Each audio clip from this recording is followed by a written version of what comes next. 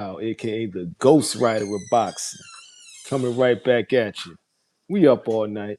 Yo, so I'm up here like going over the latest boxing news, talking about Jake Paul right now. That's what's hot in the algorithm. It's been one hell of a year in boxing, by the way. And it's undeniably been one hell of a year. I'm gonna keep it real. Even the Jake Paul Anthony Joshua fight was entertaining. It felt good to see Jake Paul get his jaw broke. And it did have the effect of getting actually real talk, man. People respect Jake Paul for jumping in there with that monster.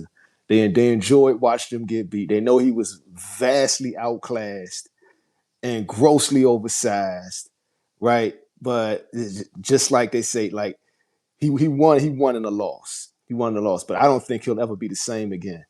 Jaw broken in two places. Like now that chin, like titanium or not, I bet you his brain gonna get a little shaky. He get them hits in there. Real talk. Yo, Dwayne Dennis, welcome back to the game, player. Salute. Miller Film, salute. Old Charlie, old Chan Charlie, what's good, fam? 901 Dre, what's good, man? So I'm looking at it, right? And I was looking at the stuff with his boy Nikisa and all the stuff Jake Paul was saying. And will he sue? I'm thinking Jake Paul might end up suing, man, because the Joshua fight was obviously real, right?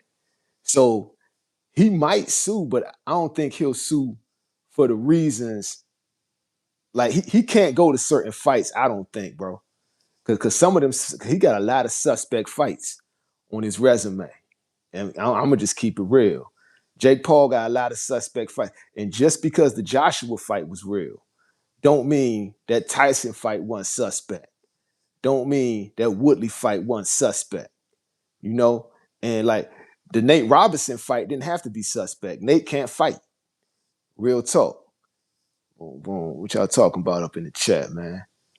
Let's see. Wanda, what's good, man? Coming out of Brazil, what's good? Yeah, yeah. Dwayne Dennis say he landed like two little cute punches. Real talk. That didn't really do anything. He landed two little cute punches that didn't really do anything. Facts. That's all he wanted to do. He went in there to survive, bro. He went in there and that was their game plan. Survive, survive, survive. Help Jake look as good as possible. He did not expect his jaw to get broke. I know that. Nobody goes in there and says, all right, I'm gonna get my jaw broke. Right? It's just, but that goes to show you is weight classes for a reason. And that fight right there should show the world why we have weight classes. All facts. All facts. And everybody keeps saying, like, this dude could go fight heavyweight. Now, just go back to that fight and understand why we have weight classes. Everybody who telling Tank Davis to go up to middleweight. Go back to the Jake Paul Joshua fight and understand why we have weight classes. Please. Like at Miller Films, what's good? This probably was a cover-up. He had to prove it somehow. Remember though, Miller Films, I was saying that, fam. I was saying I got a whole video series on it. Because Tank called him out, he had to do a real fight. And he wasn't going to get that 90 million if he didn't do a real fight with Joshua. But he definitely had to do a real fight with Joshua after Tank went on stage in Miami and said, this is scripted. Bruh, like Tank made an enemy for life with that one. Real talk. Real talk. Yo, everything connects. That's what's up. It only took one punch. It's weight classes for a reason, my brother. And we see why. Like Joshua was just waiting to catch him with that one. And he tired him out.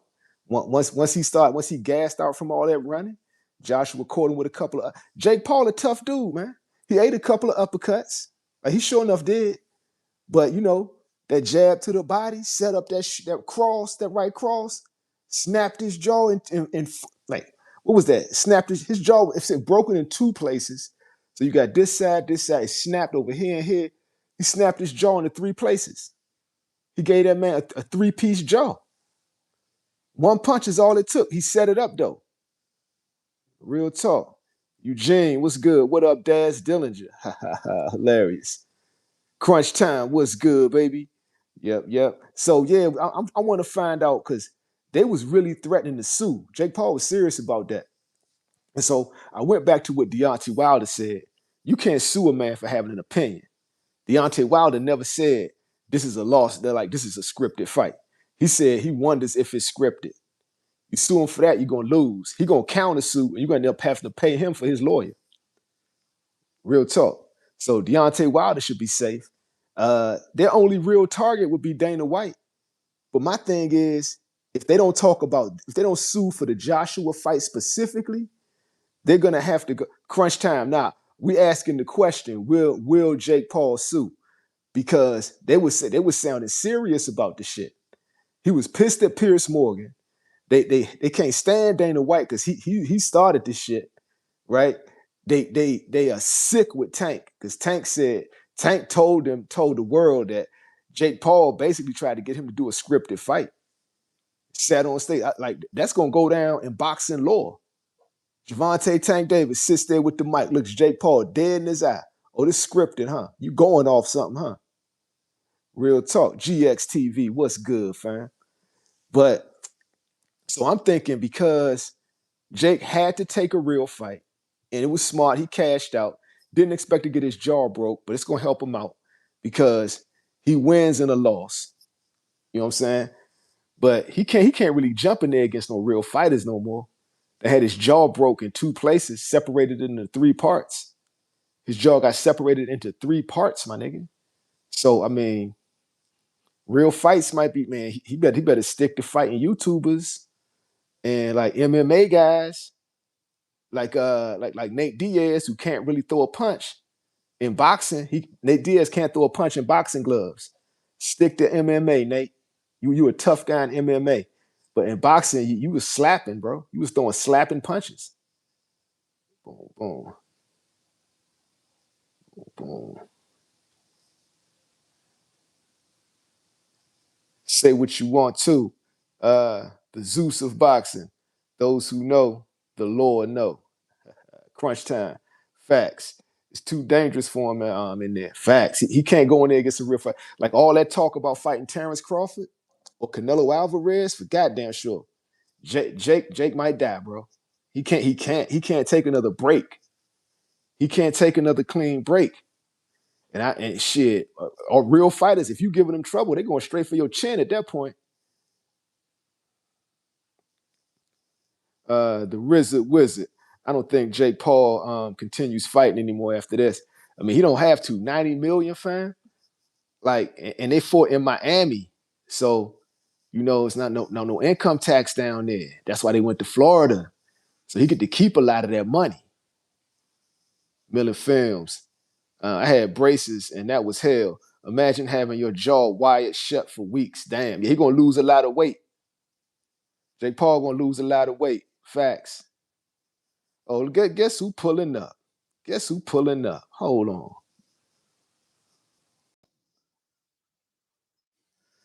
My man Wall Street. What's good, fam? Yo, what's good, man? Yeah, just checking in, man. Yeah, up here chopping it up with the casual boxing talk crew, man. So we up here talking about actually, man, I sent the link to you because Zed Brooks Multimedia probably sleep, right? So, but this is a good topic for you because I remember we were talking about branding, right? And you were touching basically on Jake Paul and Tank Davis.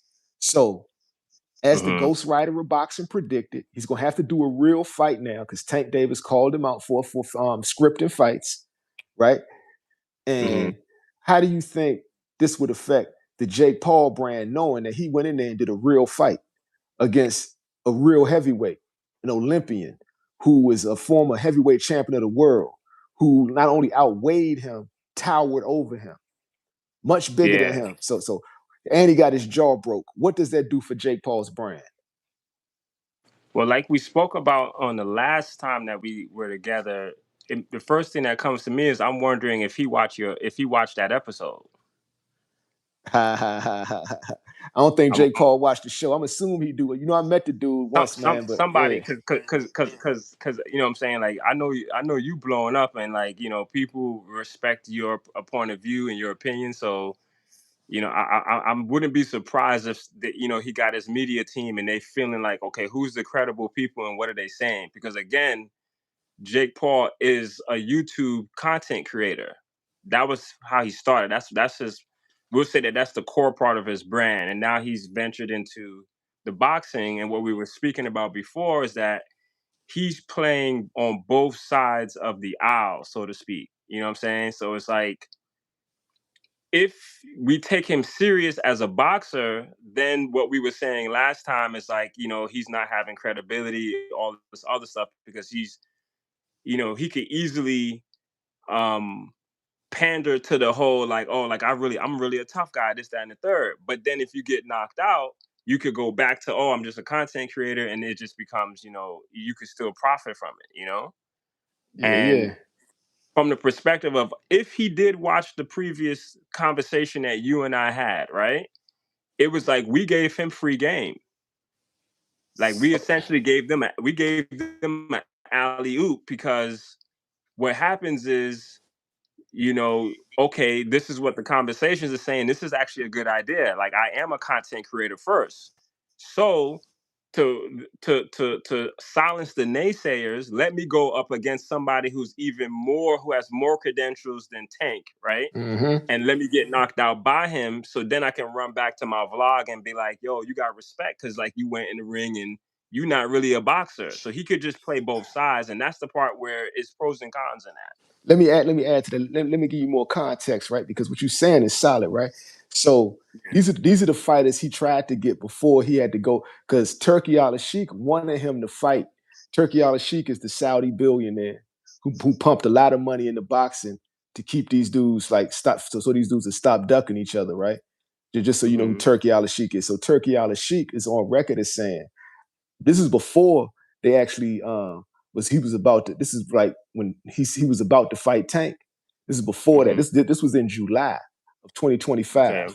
Turkey was on the Mm-hmm. Boxing Voice saying, "I want Jake Paul to fight Anthony Joshua." Mm-hmm. That was the first time we heard about that, right? Mm-hmm. And Turkey said, "I want it for this reason. If Jake Paul wins, I know Joshua is done. Now I don't got to Mm-hmm. do business with him. He likes doing business with Anthony Joshua, right?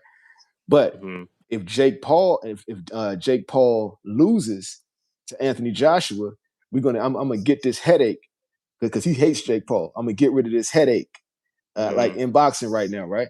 So Mm-hmm. Turkey wanted this fight to happen for the reason he wanted Jake Paul destroyed and out of boxing, right? Mm-hmm.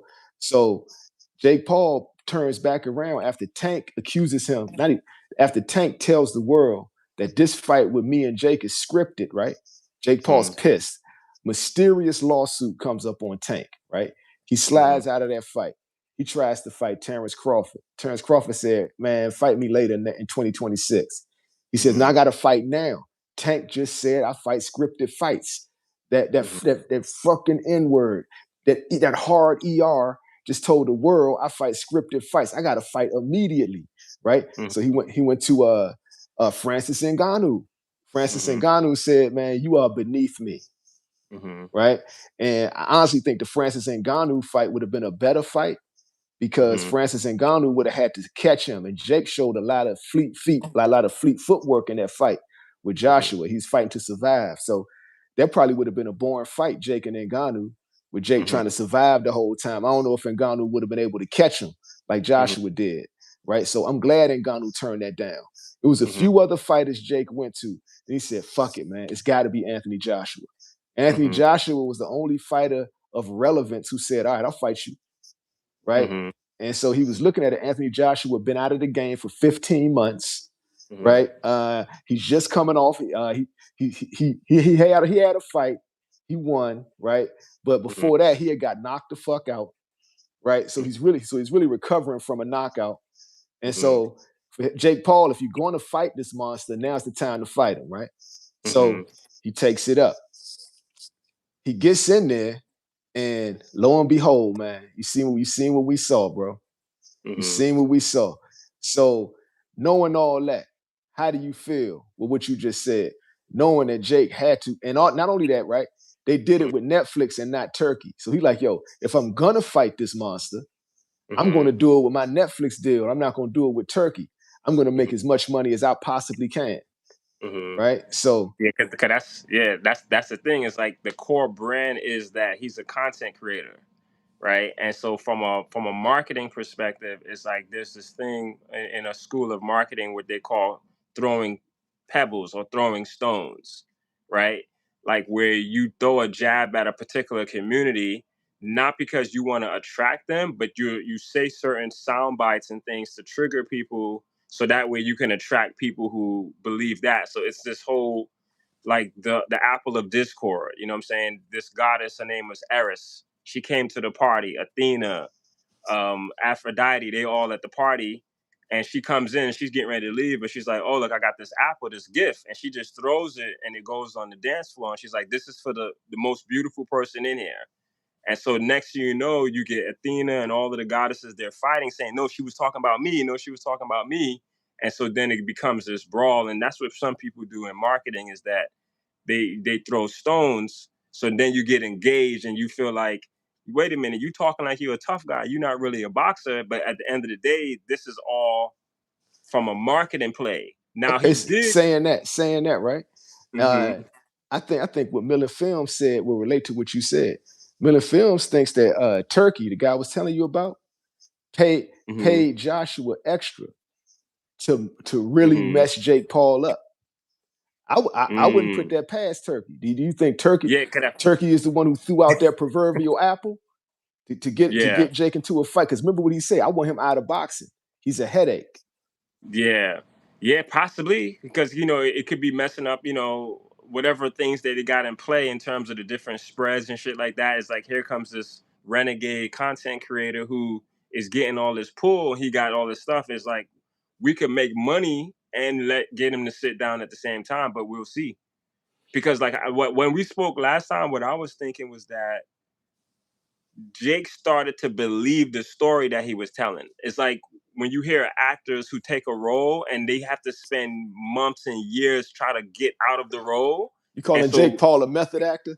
yeah, he's like a method actor, right? Like he started believing like, wait a minute, I think I really can box, but the shit is scripted. You know what I'm Oh, saying? that's And the hilarious. shit That's hilarious. so the shit gets You said exposed. Jake Paul said I really believe I could box. That's he hilarious. started he started believing it, and so when the whole tank stuff started to unroll, that was him being like, hey, I need to dial it back in. But because we already overstepped our bounds, now anybody else, like you say, the Turkey people, I don't know, you know what I'm saying, like, but Turkey, if they're like, look, this is an opportunity for you, remind you of you're a content creator, so just go in, right? People are still gonna respect you. So because you playing on both sides, it just equals more money and Okay, more talk. let me ask you this then, right? So you play Turkey, right? You the multi-billionaire who can't stand Jake Paul, right? And Mm-hmm. because he ducked Joshua and went and pulled back up on Tank, right? With an exhibition, Mm-hmm. which means a Mm-hmm. script. Does Tank deserve does he should he go ahead and give Tank some Ferraris, a couple of Ferraris right now? Because if not for Tank saying this shit's scripted, I don't think Jake would have fought Anthony Joshua. That's what I'm trying to say. It's like they're doing damage control, and Yeah. we're gonna oversell it. Let me, you know what I'm saying. Go ahead, hit my jaw, whatever you gotta do. I'm gonna go in, and so again, it's always a constant thing when it comes to when we talking business and branding and marketing. If you play it right, you could use even the negativity of situations to profit from it. Right now, if this theory is true that Turkey paid, and did all of that, the question is going to be now is what's Jake going to do? Is he going to vlog? Is it going to be like, yo, like he's going to have his core fan base, right? Because the thing is, like, when people start businesses, they want to serve everybody, right? They But there's a I'm gonna thing tell in you, marketing. they calling him a hero. His fan base is That's what calling I'm him a trying to say, hero. right? Yeah. So it's like you have market segmentation, right? You can't serve all of the markets. You got to pick a very slither slice of like this is the market I'm serving. But in order to attract the market you're going after, you have to throw stones at the opposite market that wouldn't matter because you really want to push another market away so that way there's no confusion because you need product market fit. You don't want to like if you're starting a business, you don't want to attract you got to be very selective about who your customers are, right? So then you throw stones, so that way we could be very clear that this is not my customer, right? And so then you attract. So he's building up his core following. So even anybody outside that circle who's not his core audience, we could talk shit. Oh man, fuck Jake Paul, all this shit. But it's just making his base stronger Okay, from that standpoint. I'm gonna have to question you on one thing. I don't think Jake Paul let him hit him. I think he gassed out. He was trying to go all eight, and Yeah, most definitely. he got caught. He got caught. Mm-hmm.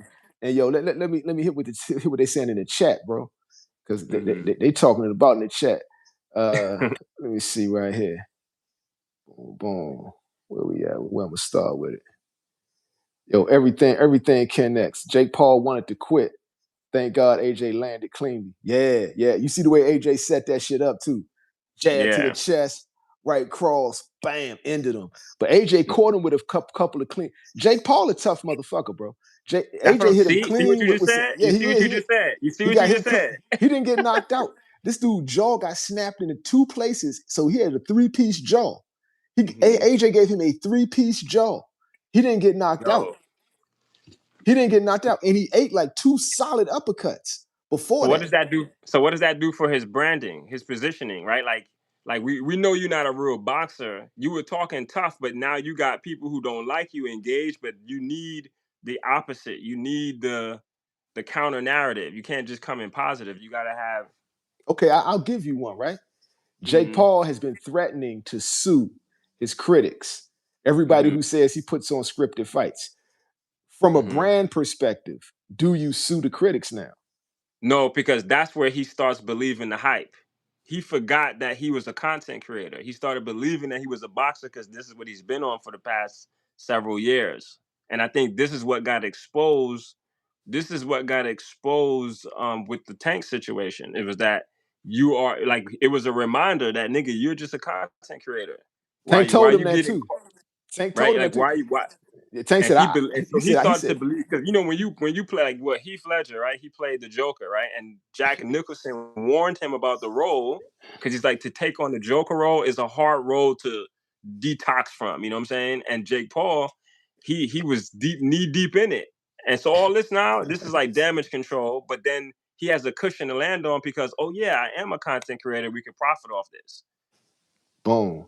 Oh yeah, yeah, too. And also you right, PO, like, for real. Jake caught him with the power punch, and Anthony Joshua just ate it because Jake was too small for him. It's weight classes Yeah. for a reason, fam.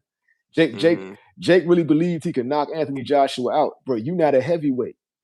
You Yeah. not a, you, I mean, you're a cruiserweight. Anthony Yeah. Joshua is not even a heavyweight. He's a super heavyweight. Mm-hmm. All the dudes that knocked out Anthony Joshua were legit heavyweights. You are not a Mm-hmm. legit. He ate your power, Jake Paul, but you could not eat his. Well, you kind of did because honestly, man, like I said, Jake stayed down till he heard Mm-hmm. the count of 10 and stood up. But I didn't know initially the first night that his jaw was broken. Damn. Bro, Yeah. he literally, if you look at the picture, like the human mouth don't do that shit. You want to see what the actual snap of the jaw look like? Yeah. His That mouth shit. is twisted, like all the way to this side. He turned his lips around like Daffy Duck. Damn. You remember the Bugs Bunny cartoons? Yeah. When Yo, the nigga had the shit be spinning around. yo, he really did. That shit really happened in real life. He flipped that nigga's mouth around like Daffy Duck, nigga. That shit was crazy work. Oh shit. Whoa. But he didn't knock him out though. He Yeah. wasn't knocked out. He So Jake that's Paul he ate that shit, man, and just like it started sticking his tongue out, teeth falling out. yeah. So that's why I like That's a tough dude, man. I'm gonna to give me, him to that. me, to me, to me, I was like, this is going to be interesting because building from the last conversation and the insights that we dropped is like because he's playing both sides, he could turn back. Right? Like if he was strictly like a boxer and you doing stuff that's corny or fake, or you know how people get called out for doing steroids or whatever, you get shamed. But because he has the cushion of, oh, I'm a content creator, it could go either way for him. It's like it's still a win because it's like, yo, you're not really a boxer, but you went in there. Now the question is going to be, is this going to build his confidence to where he's like, look, I'm gonna actually do this for real now because like I got I Hey, got my bro, jaw broken. It's like, what else can happen? bouncing back from a broken jaw as a fighter, that's gonna be hard to do because now, like, but he was tough, right? But I wonder, is that gonna be to his detriment because now his chin has been snapped. Chin strength is Yeah. essential as a fighter, and he's got titanium. He's Mm. got titanium in there now, but it's still put back together. Like It's gonna be I like wonder what his punch mhm. resistance gonna be. Like it's punch resistance, you know? mm. So he like Kanye West now then. Yeah, through the wire, nigga, through the Yeah. wire. Yo, spun that mouth around like Daffy Duck, nigga. Through the He go wire. Yo, real damn. talk. But He yo, said but you saying definitely don't sue though. He don't gotta sue. he don't got to sue. The suing is only coming from him believing like he's stuck in character, right? Okay. And the Tank situation was like a reminder that hey, look, you ain't in character. But then we see this shit all the time in branding and marketing. Like even when it comes to like how political campaigns, like when they overcorrect, right? And when you overcorrect, then you start trying to oversell something, and people they don't peep the game like in terms of how things happen when you see a certain elections or whatever. Is like you could see the overcorrect, right? Like Yeah. you pander. And then you get too deep into the pandering, and then you got to come back and you lose your base, but then you end up breaking your jaw. And it's like Also, you didn't need to. also, you right, bro. And also like the lawsuit, right? So if you sue, once you take it to court, people can defend themselves.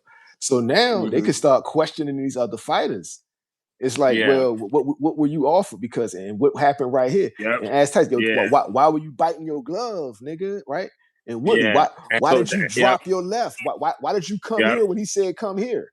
Right? Yeah. And Yeah. so he needs to hopefully if he watched the last episode, he needs to watch this one because he about to mess everything up for himself if he go With a down that lawsuit. route. Yeah, a lawsuit Yeah. fucks it all up. It puts the spotlight on all the fights now. Yeah. Yeah, yeah. So I think you should keep it at threatening lawsuits and don't because if you sue, it's really gonna go to court, bro. And once it's in court, like people have a right to defend themselves, right? So even Yeah. if somebody signed an NDA, I will subpoena him and Mhm. ask him, "Did you sign an NDA?" Right? Yeah, Yeah.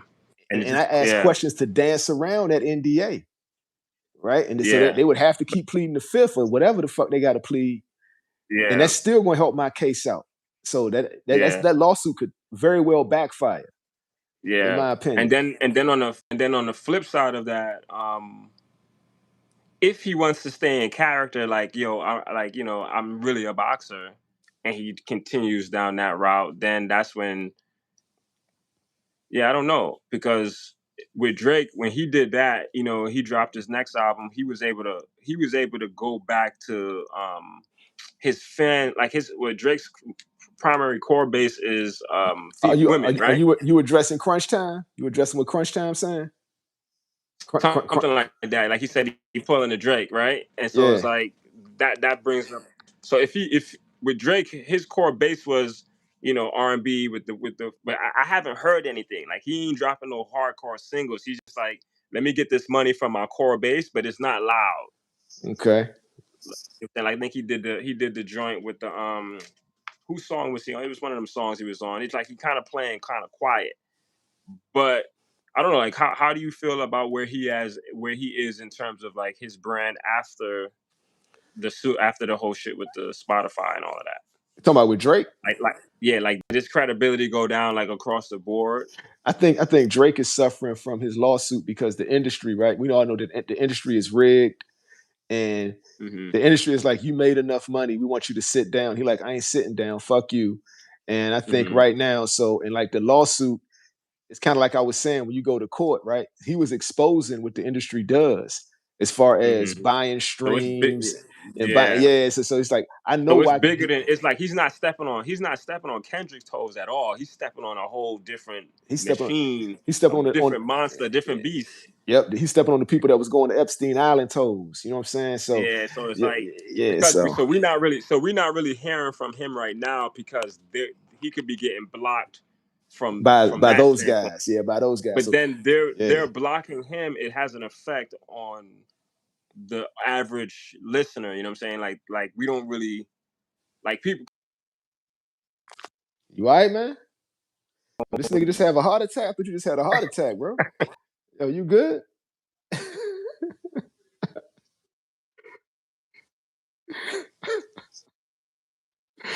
Yo, Drake just put some voodoo on that nigga. Oh, yo, you better watch what you talking about, nigga.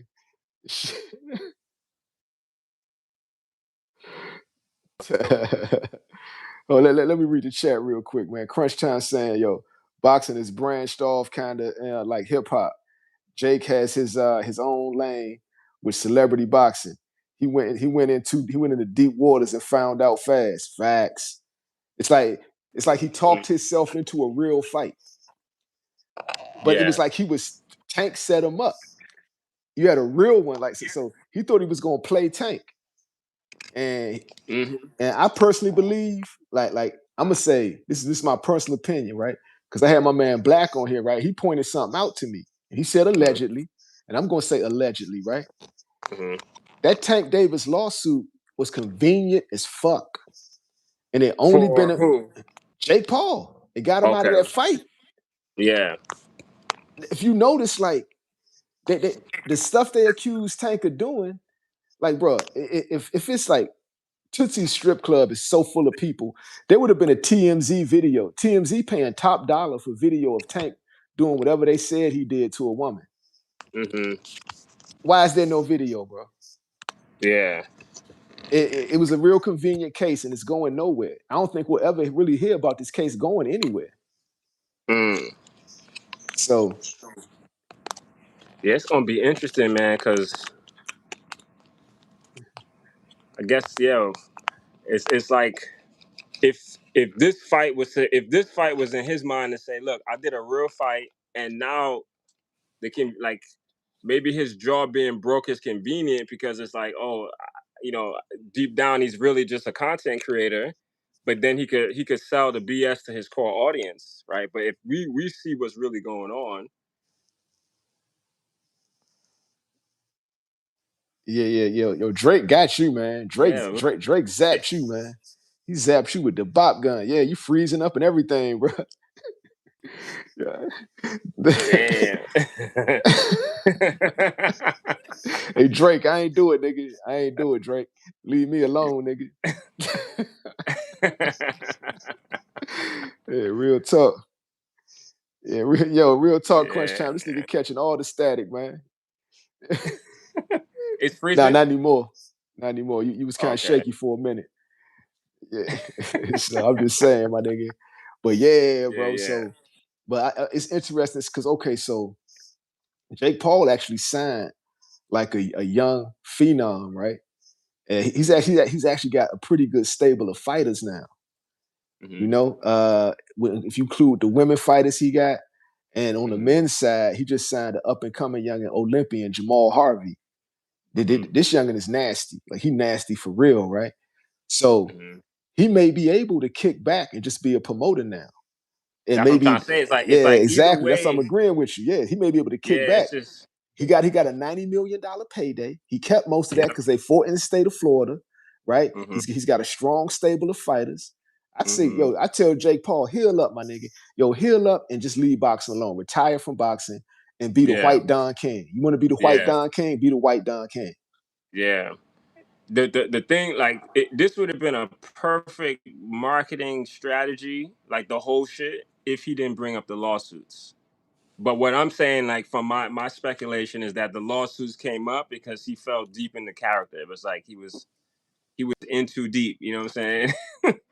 He he was being went in too deep. exposed. He was being Yeah, he got exposed. it. Yeah, that's all it He was. got yep, he got exposed, and yeah, I don't know how it could have been any different because if he would have stayed on the like, yo, like I'm a regular content creator, but I want to be like Johnny Knoxville and get in the ring with real boxers and see what I I could like that. do, I like that when he's the Johnny Knoxville of boxing, and then when right? that Joshua fight, that Joshua fight made him the Johnny Knoxville of boxing, jackass. Right. Hell But yeah. because he started really, Johnny Knoxville doesn't take himself serious. Like he knows he's doing stunts. But with Jake's fall, he really went into character and did the whole, the whole thing. You talking smack, all of this stuff. But then you scripting fights. So then we're like, well, this makes sense because how Say the allegedly. hell Allegedly, he's allegedly scripting allegedly? fight. Okay, Yeah, yeah, yeah, yeah. allegedly This doing the scripting. motherfucker threatening lawsuits. You know what I'm saying? Okay, yeah, we're not trying to get Allegedly. zapped. Yeah, exactly. Uh, Allegedly. Yeah. So it's allegedly, and so then the response to the alleged is now is like lawsuits. But why? You know, boxing with 2-4, what's good? The boxing scholar, what's good? Yo, you know. Crunch Time is telling you that Jake's followers believe he's a real boxer. Mm, Those niggas don't they not boxing fans. They just Jake Paul fans. And if you're a Jake Paul fan, that means you were never really a boxing fan.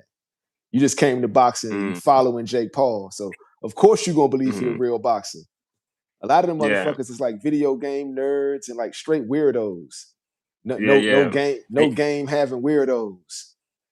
You know what I'm And you saying? see, like, and like me, like I don't know nothing about, I don't know nothing about this. Like I study popular culture, and I only certain things that's outside of my actual wheelhouse. I engage with it and with how it comes at me organically, and I comment from that because I'm always looking at it from a marketing and branding perspective, like Okay, from like the nitty. speaking of that, Boxing Scholar is talking to your point. He's saying he's claiming Jake's fights aren't scripted. Well, Mhm, I'm gonna say Boxing Scholar. He's got some suspect fights on that resume. I'm gonna keep it like that. He's also saying, I'm not gonna lie. He says he likes Jake Paul, so he's a Jake Paul fan. All right, cool. mhm, That's cool. Ain't nothing wrong with that. And he's mhm. also saying the key. He's saying Jake kept eyes on the sport. That's speaking to your point. Jake did bring a lot of eyes to the sport. Yeah, and that's Uh, from a marketing standpoint. Because yeah, if you own a coliseum, you need to sell fights. If yeah. you're a boxer, you need to build up your credibility. Like I got skills, right? And if you want to All get of that. money as a boxer, you need a casual fan base. Like, so you got hardcore fight fans. Hmm. They're not going to make you rich, right? But they'll get you Hmm. respected. So Jake Paul has the casuals and not the hardcores. You feel what I'm Yeah. saying? So, but Yes. say like a Floyd Mayweather had the hardcores and the casuals, and Yep. like the casuals don't gotta love you. They can also Hmm. love to hate you, Yeah. right? And the Hmm. more they love to hate you, the more money you're gonna make. You Hmm. know, and that's the Yeah. game, and that's why Jake considers his rival Floyd. But what he don't got is the boxing pedigree of a Floyd. But that's who Yeah. Jake wants to rival. He wants to rival Floyd. But see, that's where he's falling too deep, and that's where he's falling outside of his own, like falling for the script. Right? Like if you're an actor and you get paid to be a role, and now you change your name to the character you play, and now you still stuck in that character until you run into somebody like Tank who say, "Yo, that's not who you are. Like you were just you a content creator. Now you get upset, and now you want to go start lawsuits left and right. Why? Wow, you know what that sound like though? I hate to compare this to this nigga, man, but bro, going back to music, man, in Hollywood, that sound like Tupac, my nigga. Mm. Because Tupac was a militant. Tupac went to art. He's an artist, right? He was a Mm-hmm. community organizer, right? Mm-hmm. And they said once he got the role of Bishop and Juice, he became Bishop. In real life. Yeah, he said he just carried that shit over into real Yeah. life. And if you listen to Tupacalypse now, that was more like a Public Enemy type of record.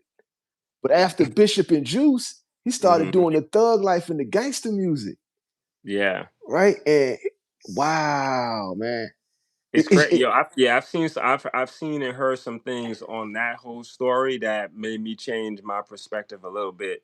But again, keeping it from a marketing and business thing, I feel like there's a sweet spot, and if you go outside that sweet spot, from business it can still be good, but then that's when your credibility starts to shake, and that's when you start seeing people do funny style stuff, right? You might see a person who's celebrity, they on top of the world, you good, just be quiet and do you. But then when people start checking you on being a practitioner when you're really not a practitioner, then you make up for it with a temper tantrum. okay, And you, all right, but with Pac though, right? Just two these things Pac did that Jake didn't do. Like Pac carried that gangster shit into real life, right? But he really did pop a couple of cops in Atlanta, right? He really did that. Well, He, yeah, but he, what about them stories that we heard? Like we've heard plenty of stories from people who was close to him. Was like, yo, he really wasn't about that life, and not disrespecting no, no, no, his no. his I mission. agree.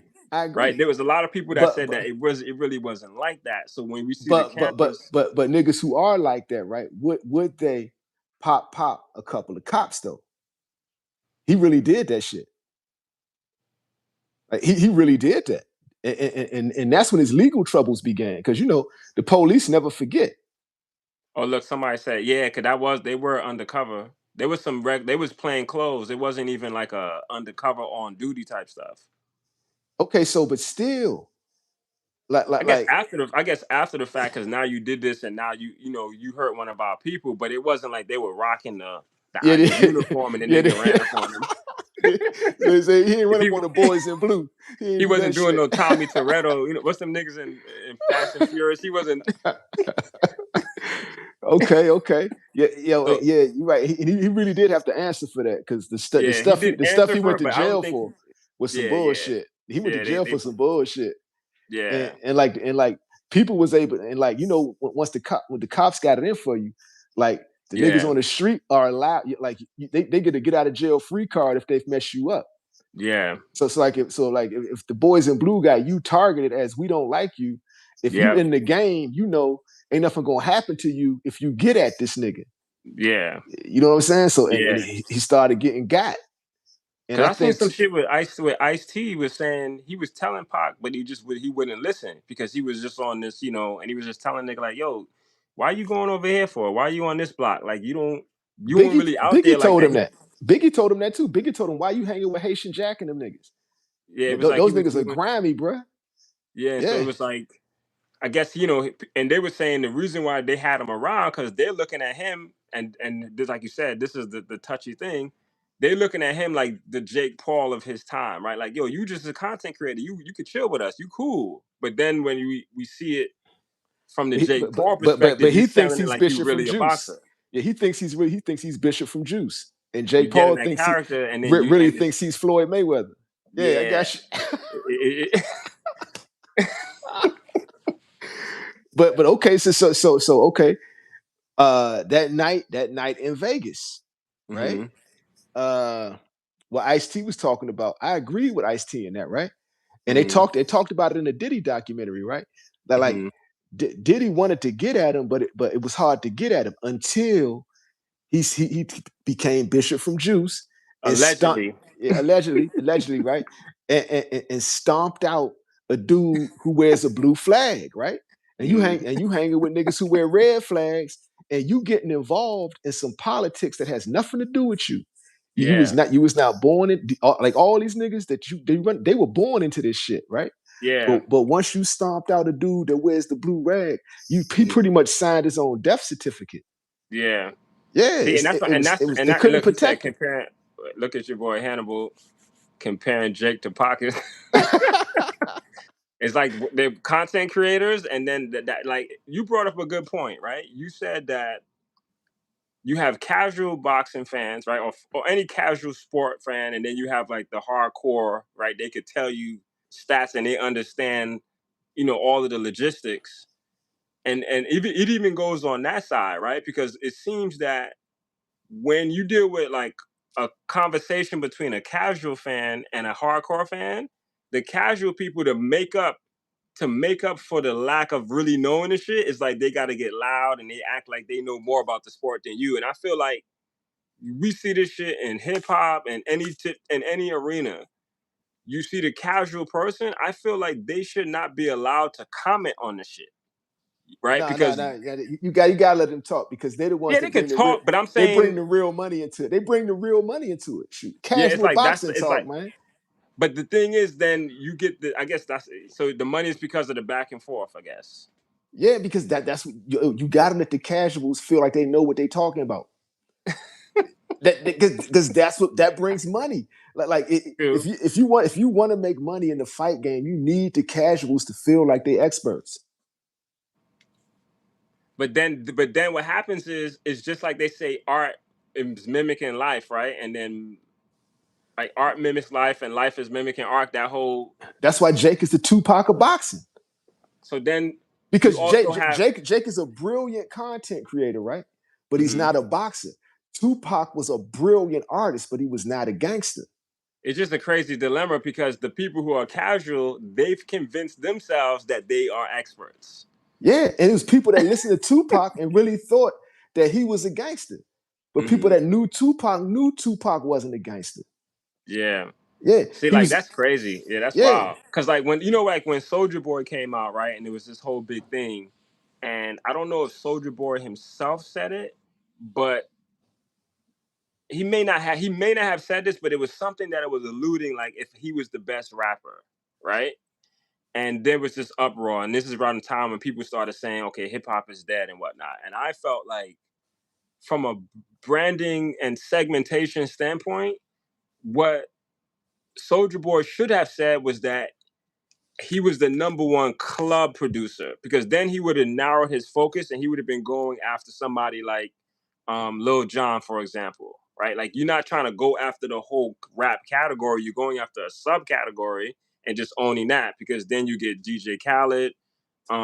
What was those other dudes in Miami? I forget those dudes. They made whatever them tracks, right? But when you position yourself in a narrow focus, you could still play in the game of the casual versus the hardcore. But when you're segmented, then you protect yourself from going out of bounds. you You know what know your lane, you know what Soldier and you Boy did though, right? He was the first artist to get rich off YouTube. yes, Yeah, he showed the industry how to take it, how to use YouTube and social media to get. Because you remember mhm. during the time Soldier Boy came out, rappers was getting money off ringtones. Remember the ringtone era? Yeah, yep, the ringtones, Yeah, yep, yeah. yep, He bypassed that, went straight to YouTube and blew up off of YouTube, and that's when you started yeah. seeing all types of stuff. All type like he really did create a lane for indie artists. And what But happened? he, but what he, but what he The didn't industry do bought was, that shit. but what he didn't do was he didn't create a category and put a name on it, right? There's this thing that I've heard and I've always lived by, is they say that God names his creations and the devil puts a number on them. You got to explain that. You went over my head. You went over my head, but break it down, bro. I don't know So everything. so when you think about God, right, and we're saying that we created in the image of God, right, and the Word was God, and the Word was with God, and the Word was God, right? This is First John, right? Yeah, yeah. And so when it comes to marketing and branding, the idea is that you don't promote your product, right? What you promote is the category that your product exists in. Because then when you promote the category, you become the owner, similar to God naming his creation. You put a name on it. And But so at the time, the number represents money, is what you're the saying. number just the number just represents like buy my product, I or buy, got you. like, I you're got you. playing a small game. It's a numbers game, right? But when you play a category king game and you name the category, then you could actually have the trifecta, right? You could have the credibility of I being the caught up. owner of your segment, I caught up. You caught me up. I get it. I get right? it. Yeah. All right, let me salute the chat. Big OG Don, salute. Hannibal, salute. The Willie Thomas, what's good? Yeah, yeah. We up in here, man. We up in here, man. Let me see here. Where we at, man? What's that, man? Truma Maroon Root. True Maroon Roots. What's good? I like that name, man. Enlightened One. What's good, man? Yo, the Boxing Scholar. What's good, man? Millen Film. Salute. Yeah, yeah, yeah. Crunch Time, of course, my nigga. Salute. Yeah, yeah, yeah. Boxing with two folks. Salute. Big salute. Crunch Time, of course, man. Pom Pom. What's good, man? Where we at with it, man? Yo, man. Salute to everybody in the chat. If I missed y'all, oh yeah. Everything Kennex. What's good, man? AK-47 is the tool. Don't make me act a motherfucking fool. That's what's up, fam. Paole, man. What's good, man? Yo, Robert Bird, what's good, man? Yeah, yeah, yeah. We up in the chat, man. If I missed y'all, man, I'm gonna shout y'all out again on the again, man. I can't get them all, man. We've been having a deep conversation, man. My bad, we ain't been able to engage with the chat, man. Odin Banker, what's good, man? Yo, so yeah, what was you saying, though, fam? Yeah, it's just that whole thing of owning the category. At the time when Soldier Boy was coming out. I guess the only category that came to mind was just, okay, I'm the best rapper, right? Because he's rapping, but it's like you really dominating in the clubs. And to me, I didn't really jump on the bandwagon of the hip hop is dead because I understood how segmentation worked, right? Like I won't listen to Soldier Boy when I'm driving to work, but in the club DJing, like I used to DJ, it's like that shit is banging. That's the hot joint. So you play it because it's like, Gucci bandana. right? Gucci It's like, bandana. Yeah, that shit was banging in the clubs for a minute. so when you had like DJ Khaled, you had like, Little John, like these were the party, you know what I'm saying, producers, right? And from a hardcore, like if you was like listening to their mixes, like their mixes was just like up there, like compared to like how shit is mixed now, it's like it's not the same because people just caring about the money. But Kane, you could do, Kane, Kane, 9049. What's good, man? Nah, I ain't mean to cut yeah, you off. You said we could do what? you could have it all. You just got to be strategic and just know how to stay. You just got to know how to stay in your lane, and you can still have it all. But when you start falling asleep into the role you playing, that's when shit gets slippery. I think Jake Paul gonna manage it he if he stays in the game too long, he could end up like Pac because you know Hmm. that jaw got separated. He had a 3-piece jaw. I think Yeah, now's the time for him to get out the game and just be a promoter. If he stay in the game too long, he might end up like Pac. yeah. You know what I'm saying? Because he right now he should just settle Tupac of boxing, man. Hmm. Brilliant content creator. You're not really a boxer, but you did a lot in the game. And this You know is what I'm an saying? inflection point too now because now, from the perspective of, oh look, he's not afraid to box. He fought a bigger boxer, quote unquote, than Tank. So then, what does that do? What does that do for all the commentators? Like, because now this is an inflection point. It's like, to me, I felt like somebody on his team watched your last episode when me and you were on, and we gave them some free game, yo. Yeah, I agree, man. Yo, no, it's a lot of people in the fight game that watch the show, man. Yeah, You'd be like surprised. You'd be surprised. they Yo, Hannibal said Jake made 92 million. He ain't getting out just yet. I mean, like 92 million. That's a hell of a cash out, fam. yeah, That's one you can. hell of a cash out. It depends. Yeah. Boom. Enlightened one says, "What do you think of? Think it, believe it, become it." What do I think of that, or what do we think of that? What do I think of that? I think that's true to a degree, Hmm. right? But you still got to put in the work. You can't just like think it and believe it. Or the word for that is delusional, right? Hmm. And then that can go off in all types of that can become delusions of grandeur, right? So Yeah. if you're not putting in the work, you know what Hmm. I'm saying? It's just a delusional state of being. I mean, Hmm. what do you think of that? I feel the same way too, because I've been trying to wrap my head around, like, one of the major popular books is this Think and Grow Rich, and I still can't get through this shit, man. I can't get like, and you see all my books, right? Like I got books, man. I got all kind of, what I'm saying, rare and what kind of collections, but I just can't seem to get through that book, man, because there's something that's a little off to me about it. This idea of like, I feel like you could think something that's untrue, right? And you could work, and you know how much money and investment and how many people you have to fuck over in order to maintain that illusion. So Yeah, you convince yourself that, oh look, I got it, but you working overtime to for something that you haven't earned. I put it like this: Napoleon Hill, the author of that book, was actually putting in work though. From his standpoint, but then Yeah, yeah. what was he selling? It's Oh, like okay, okay. it's like we back to Jake Paul again. It's like, what are you selling? Jake Paul was actually training in boxing. He just wasn't like. So it turns out that he was just a tough guy with a good. He's got a good team. His team is good, right? Hmm. They had a perfect survival plan for Yeah, yeah. Joshua. Yeah, and They do the same thing on James Cameron movies when they work with the stunt coordinators, right? They got to be exactly, right. exactly. Yo, And we go, Hannibal, but Jake that's what I'm saying. Ryan. It's like Yo, when you think of Jake Paul backup plan versus like a real boxer's backup plan is not the same. what do you think about him fighting a smaller fighter now, like against a Ryan Garcia, like Hannibal says?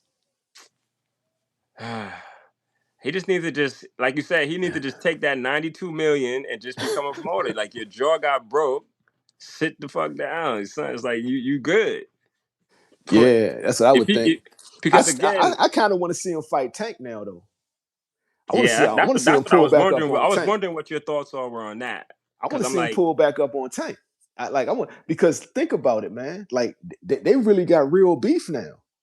if he does it, yeah, it's if he does it, then he will be playing in that role that he's a real boxer. Hannibal, you wild. Hannibal say Jacob beat Tank's ass. Hilarious. I don't think so, bro. Like y'all see the way Jake Paul was moving on Joshua. Now Mm-hmm. imagine a dude that can really box though. Like Mm-hmm. Tank, like Tank would actually move more fluidly, and like Mm-hmm. Jake would have a hell of a time catching him, the same way Joshua had a hell of a time catching him. Right? Tank is Mm-hmm. not going to tire you out, and Tank is going to be throwing bombs to them kidneys, to that liver, into that solar plexus. Yeah. And don't let Tank catch you with an uppercut in that 3-piece jaw of yours, nigga, because it's a wrap. It's a wrap. He's saying 70-pound advantage. And so at this point, it just fulfill like Jake is really just a bubble, and if he stay on that lane, like like when I say when you try to take possession of something that you haven't earned, you could maintain it, but you're going to be spending you're going to be working like overtime. Like a lot of these companies that are failing left and right, um, they're like, what's happening? They don't even know what's happening. They don't realize that you took possession of something that you haven't earned. So you can't. So anything that you when you get past that point, everything from that point is scandal. It's like you see what happened to Enron, like all of the major companies. It's like you said, like if from a people who want to see his ass get beat up, like that would be a gratification from that standpoint, right? Yo, real Like, talk, but I agree with Big OG Don. Like his punch resistance is gone. His punch resistance, I believe, is gone now. Like he showed incredible punch resistance against mm-hmm, Joshua. Like, and the fact that he didn't get knocked out is incredible to me, right? mm-hmm. But now with his brand new jaw, like I question his punch resistance. He can't do it now, right?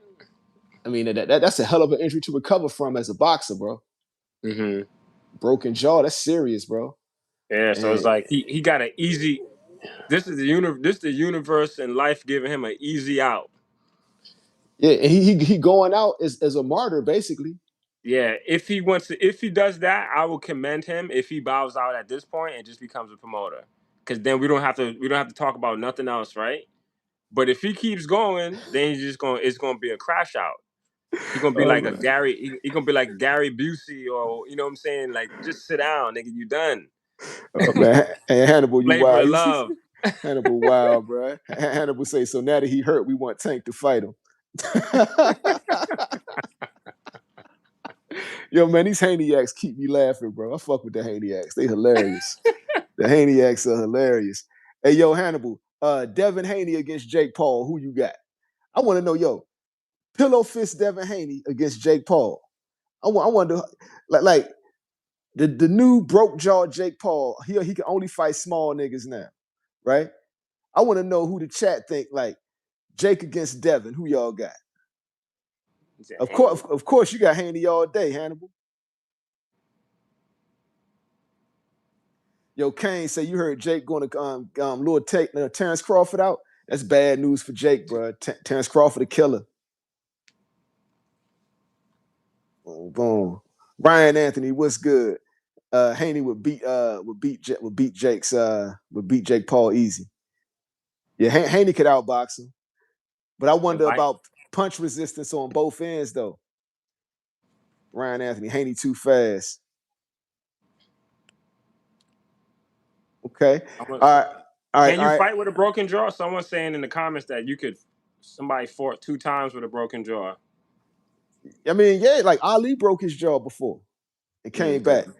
but you understand like the decline of Ali. You see, with doing that shit, like it messed up Ali's brain, bro. Mm. Yeah, it's like Jake, you made 92 million, bro. You don't want like the punch drunk injuries, bro, the bleeding on the brain, the strokes. You know Mm-hmm. what I'm saying? Shit like that. Yeah. That's what becomes dangerous because now it's like an old person breaking their hip, right? Once an Mm-hmm. old person breaks their hip, the decline is coming. Once a Mm, fighter breaks his jaw, he's now more susceptible to all them injuries, all them mm, brain injuries, bro. mm, Real talk. And sometimes that's when being a tough guy could play against you because you could mm, be tough. You could be tough on the front end, but you're gonna pay for it on the back end. mm. Yo, and can you imagine a punch drunk Jake Paul? Like Yeah. that shit talk ain't gonna sound the same. Yeah, and it's not even worth it if you're just a content creator. So Exactly. Like he already won. yeah, 92 million cash out. yeah, Big OG Don says small ring. Jake Paul knocks Devin Haney out. That'll be the end of Devin Haney. He get knocked out by Jake Paul, fam. yeah. The moment I heard about the fight and what happened, I was like, damn, this is definitely a turning point from a.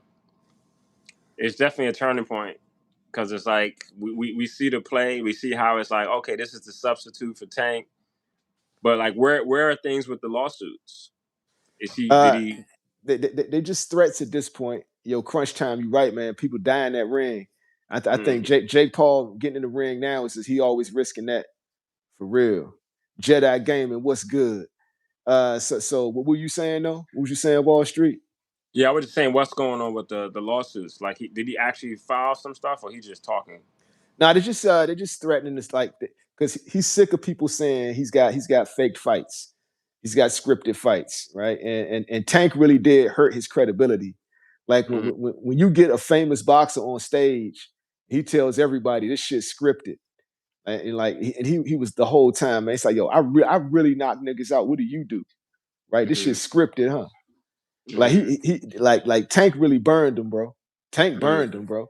mm-hmm, And that's what I mean. That's why that dude hates Tank Davis, bro. That's why they should fight mm. though. If you hate Tank that much, fight him.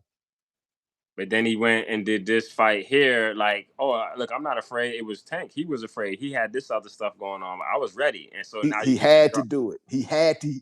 Jake Paul had to take a real fight. Mm. It was like boxing set him up. Man, they saw that episode, man. They saw that episode, yo. Ryan Anthony, Tank Davis versus Haney. At what weight? Anything from 140 on down, I got Tank. Devin's best chance is to bring it to 47. But Tank ain't gonna fight him at 47. So if Devin wants that fight, he got to come down to 40 at least.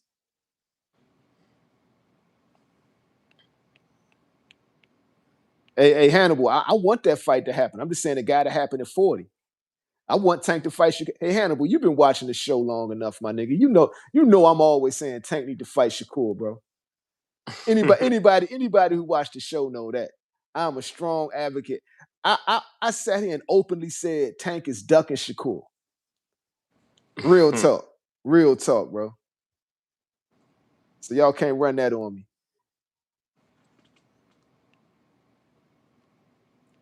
Yo, Jedi Gaming. Imagine if Jake fought somebody like Bud Crawford. After the broken jaw, that's a dangerous proposition. And I don't think Bud Crawford. I think Bud like he looking at what Tank did. Like Tank showed integrity, right? Terence Crawford hates Tank, but he respects that most likely. All boxers got to respect what Tank did as far as integrity goes. You say, nah, this I ain't throwing no fight. Keep your script. I don't think Terence Crawford would do that either. I think Terence Crawford would do the same thing. I'll Mhm, fight you, but you ain't gonna give me no script. mhm. Life is good. What's good? Boom. Yeah, yeah. But I like to see Jake Paul fight these little niggas. He need to go ahead and fight Baron Rodriguez, man. Yeah, yeah. He need to fight Baron Rodriguez, bro. Real tough. That's the only way he'll be safe fighting real boxers. Ryan Anthony tanking the Roach rematch. I got Tank in that. I got Tank in the rematch with Roach. The Tank we saw fight Lamont Roach was an unfocused Tank. So basically, we saw the Tank that thought he was about to fight Jake Paul and be Hollywood. He was only interviewing with influencers. He was kicking it with Jake Paul. And it turned out that these two niggas really don't like each other. You know what I'm saying? So Tank was kicking it with him, thinking he about to get paid with him.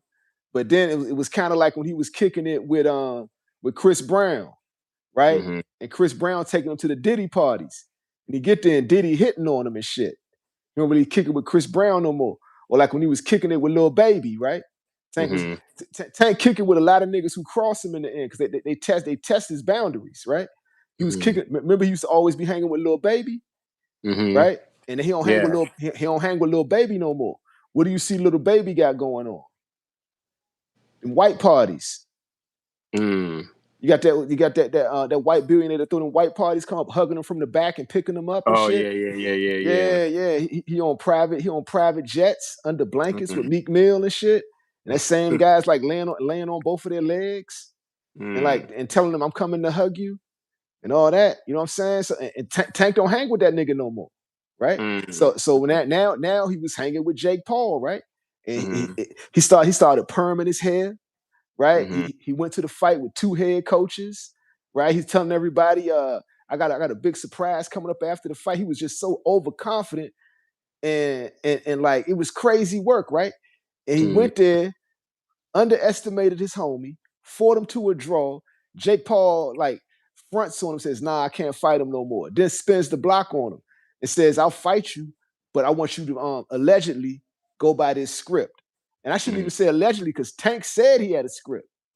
Mm-hmm. Tank said he had a script. So, Mm-hmm. and like the way I do it, it's like Illuminati, right? I could pick because there is an Illuminati.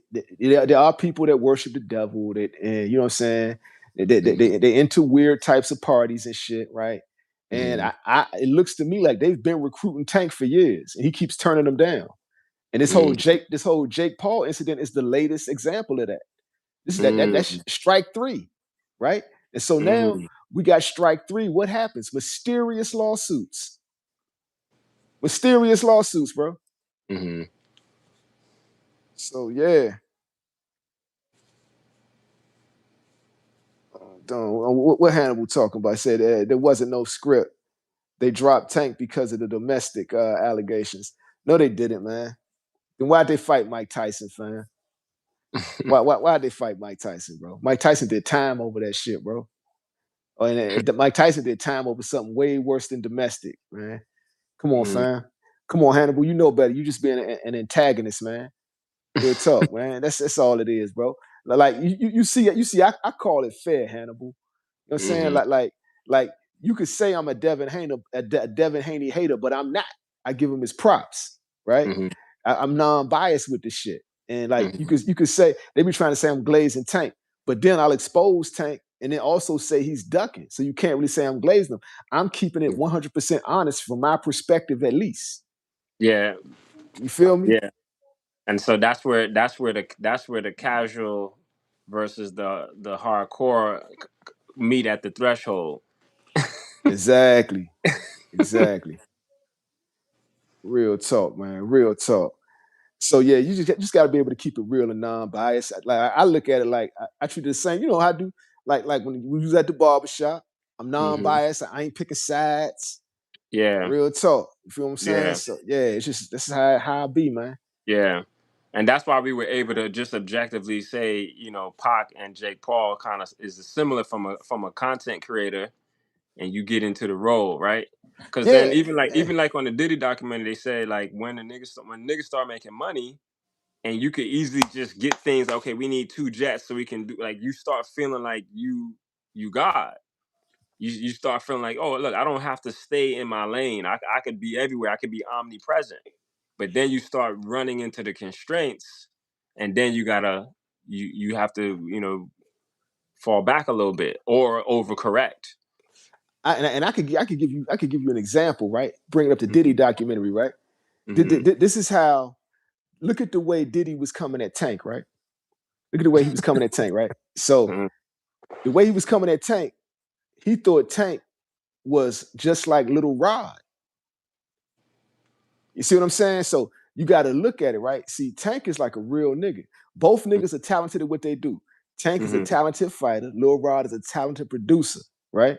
Mm-hmm. Diddy came up to Tank talking about, man, we could take this shit to the next level, man.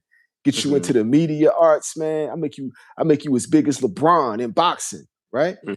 All you gotta do is come here and let me pick you up. Come here, little nigga, give me a hug, right? Running around the house, clapping his hands, turning into the diddler, jumping off of balconies for this nigga and shit. Where's Tank at, right? And Tank's like, nah, man, I don't play them games, Slim.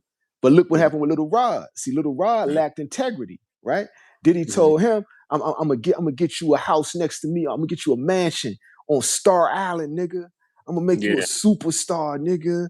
Right? All this shit. You partying with the diddler, baby, right? And then next thing you know, he waking up with his ass sore, right?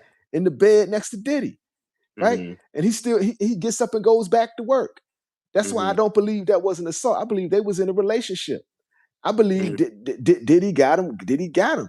You seen this happens with dudes, right? Like they said that's the definition of selling your soul. Little Rod sold his soul to the diddler.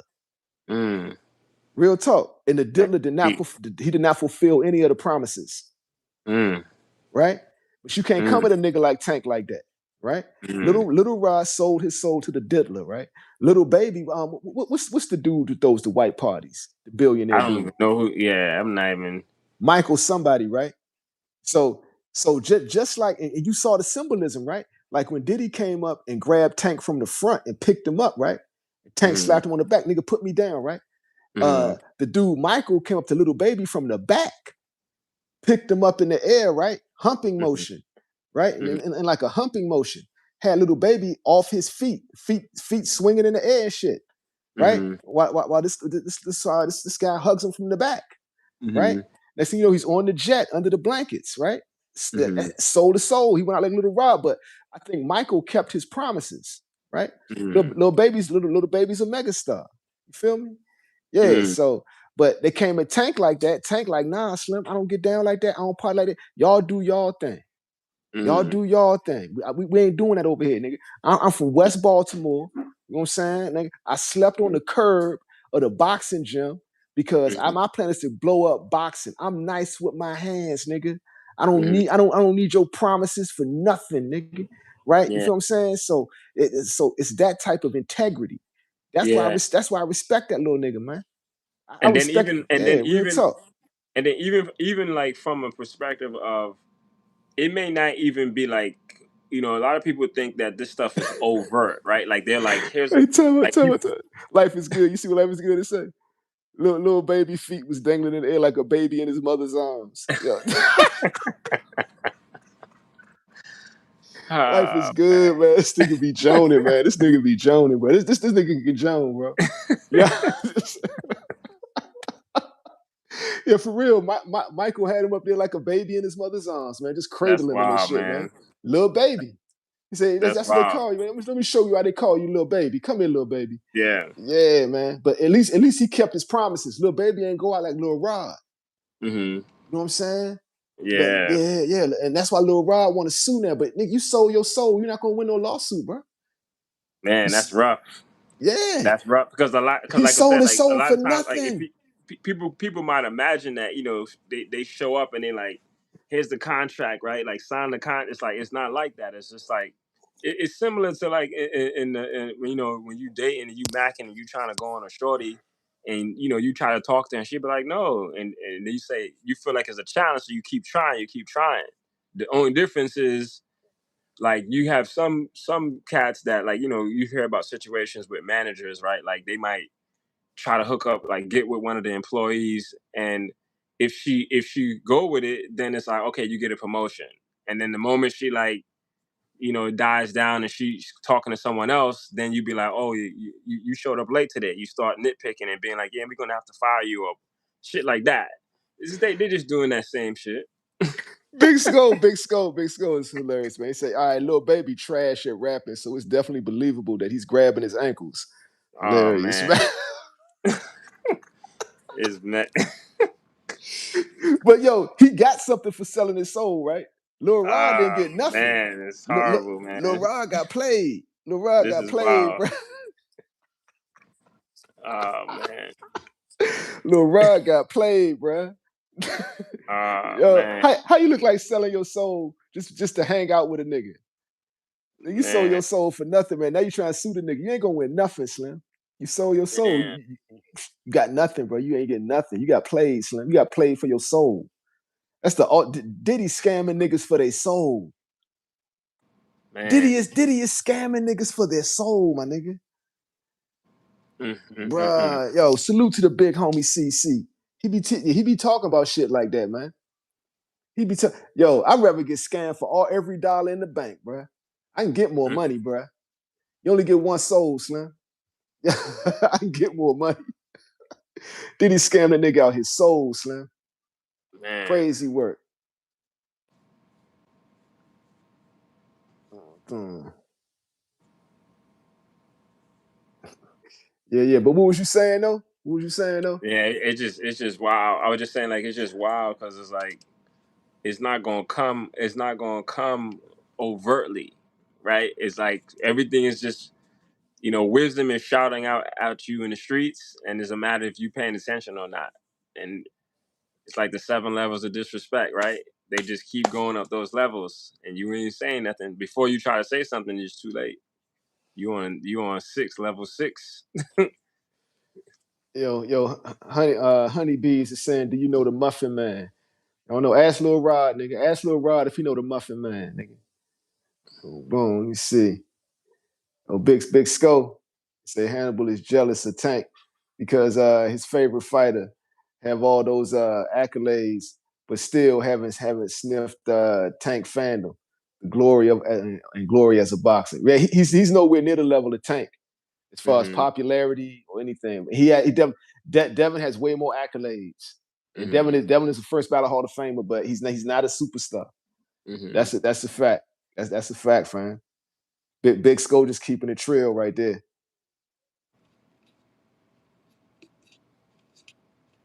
Oh Yeah, I my wonder.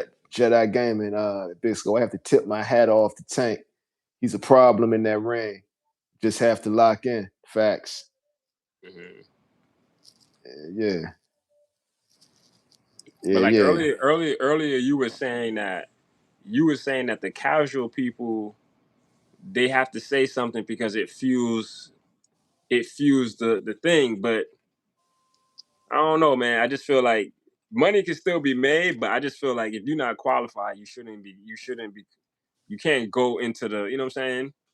Now I'm gonna give you an example, right? Like Shakur Stevenson is an elite Mm-hmm. talent of this generation. He is definitely an elite talent of this generation, right? But Mm-hmm. his style is fans don't fuck with him, casuals don't rock with him. He doesn't Mm-hmm. generate he doesn't generate the same buzz as a Tank Davis or Canelo Alvarez or Floyd Mayweather. He Mm-hmm. just it's the it factor there. He ain't got that it factor, but he's Mm-hmm. highly skilled. He's Mm-hmm. supremely skilled, right? Devin Haney, same problem, right? Uh, Bill Haney messed up Devin Haney because if he would have allowed Haney to get that Mayweather stamp, he would have been a better boxer, and he would have got what Tank got. See, Tank got that Mayweather stamp. So you know Mm-hmm. what I'm saying? So when Floyd fought the second biggest pay-per-view fight in the history of boxing, Tank was the co-main. Floyd Mm-hmm. was in when Floyd was at the height of his fame, he was in every Tank Davis interview, Mm-hmm. interrupting him. You know what I'm saying? Speaking for him, Mm-hmm. showing Tank with him on the jet. You know what I'm saying? All this stuff. What did that do? That rose Tank's popularity. That's why Floyd was so salty that Tank didn't want to sign with him, right? And that Tank was Snapchatting with his daughter. And Mm-hmm. you could tell when Floyd was trying to say Floyd was trying his damnedest to help Devin Haney, right? Mm-hmm. Even because they had him outside standing with Devin Haney talking about, man, I took a nigga like Javante Tank Davis. Ain't nobody even know him, man. Mm-hmm. And he's salty about that shit. He's Mm-hmm. salty and he's because the Mayweathers, Floyd's dad and Floyd's uncle and Floyd, they actually taught Devin Haney how to box. They was So gonna then, make him great, but his so dad jumped in and fucked that up. mm. So then, like, how was boxing before compared to now? Like, what's clearly different about now? Because now I feel like in all arenas there's so much money that and there's not a lot of talent. And so then how do you separate? Because It's ta- before it felt like we grew up in an era where it was like if you were talented and you knocked the guy out or you did something, you were just going to be a star. But now it's like how can someone like Shakur have the talent and not be like what it would have been back in the day? Like he would have been a top, you know what I'm saying, person. They would have put the resources behind it. But now it's like It's a you need to make combination. these strategic moves It's a in combination of order to even. things. Hmm? It's a combination of things. All right, so for Okay. one, Money Mayweather, not Pretty Boy, but Money Mayweather changed the game and how, like, let's say for Shakur and Devin in particular, the way black fighters are viewed. Because it's like, well, shit, if you get a loss, you ain't better than Floyd Mayweather. So Hmm. it's hard for that torch to get passed, right? Hmm. Then you have this thing about different sides of the street, right? Hmm. And this is something Terence Crawford had to conquer. So like because he didn't sign with a certain promotional company, it was hard for him to get legacy fights. He had to make his own legacy fights to get his level of greatness. And we still missed out on the Terence Crawford era of boxing. And by saying that, I mean the torch should have been passed from Floyd to the as far as the black fighters go. The torch should have been passed from Floyd Mayweather to Terence Crawford, the same way it was passed from Roy Jones to Floyd Mayweather. You know what I'm saying? Because remember, we had Roy Jones, and then when he fell off, the torch went to Floyd Mayweather, right? Floyd Mayweather didn't want to let that motherfucking torch go. So this is another way Floyd affected the game. So he made it so black fighters got to be perfect, and two, he never wanted to let that torch go. He didn't want to pass it down to nobody if they wasn't signed to him, right? And so, and because of that, right? Because the black fighter will lose it all if he is not Floyd Mayweather. If he gets a loss, he's gonna lose that top tier status. Look how they treating Tank over a draw. You know what I'm saying? He'll lose that top tier status. It ain't like back before that where you could take the L, dust yourself off, get back in the ring, and get it going again. Right? It don't work like that no more. And also we got the social media era, right? And so with the social media era, basically shows it's a casual takeover. So now instead of fight fans, you got fighter fans. So you got fans who are fans of fighters, right? And they hold this nigga to celebrity status to where nothing this nigga does is wrong. And everybody who opposes him is a hater, an op, and we hate him, right? And this is a lot of ways. And then also we got the fire stick era, right? So when Floyd was doing shit like selling pay-per-views, like can you imagine selling 4 million pay-per-views at $90 a pop? That's solid money. That's a good back end. But you can't do that no more. That's why Jake Paul bringing boxing over to Netflix was a big deal. You know? So my man keeps saying Kawasaki. Kawasaki didn't beat a prime Roy Jones though. He beat a washed Roy Jones. Roy Jones in his prime runs the table. A prime Roy Jones is unbeatable, bro. He's the closest thing I've seen to unbeatable. I'm talking to prime Roy Jones. Big OG Don. Floyd actually fought people who called him out when Shakur did. He ran for his damn life. Give Edwin his rematch.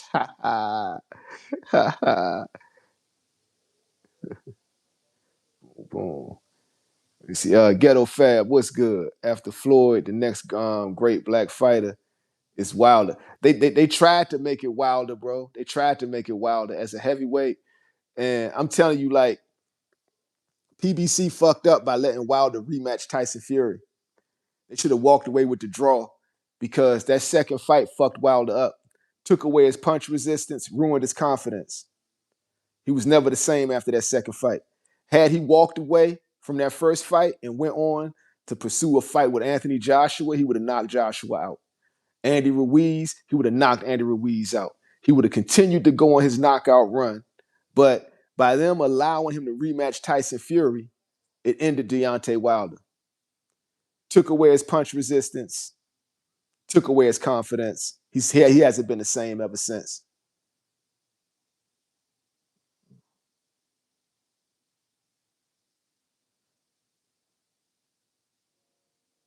Jedi Gaming. You say Prime Roy beats Tarver. Tarver was a tough matchup for him, but I think Roy going up to heavyweight and then coming back down, he lost something. He wasn't the same. He wasn't the same after coming back down. So Tarver caught him slipping, and Tarver had a history with him too. So you know, I think the reason, like, look at that Roy Jones Antonio Tarver fight. That's the reason Shakur won't fight Keyshawn Davis. Familiarity, and Keyshawn is way more familiar with Shakur than anybody. And Shakur not gonna fight him, bro.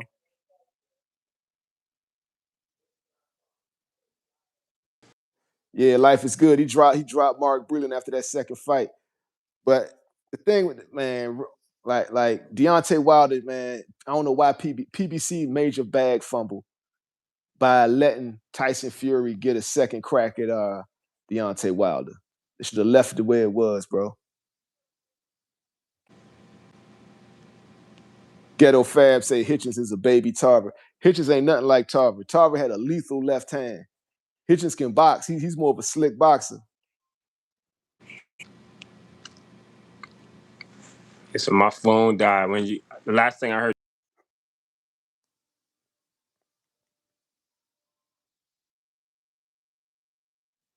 Oh yeah. For Floyd, I gave all the different facets of why boxing is different now than it was when we saw. Like, so I told you, Floyd raised the bar for the casuals, for black fighters, to where it's like, if you ain't undefeated, you ain't Floyd, you ain't good, and that because of that, black fighters, if they lose, like, look at the way they treated Tank after a draw, not even a loss, a draw, right?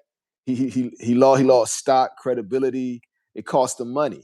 He lost money, right? Mm-hmm. Also, you had if you looked at it, you had different eras, right? It went from Mike Tyson to Roy Jones to Floyd Mayweather, the passing of the torch, right? Mm-hmm. Floyd Mayweather never let that torch go.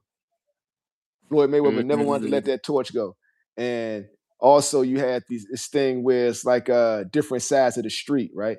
So Mm-hmm. the torch was supposed to get passed to Terence Crawford, but because he didn't sign with PBC, they never passed that torch. And that never allowed Terence Crawford to become a megastar.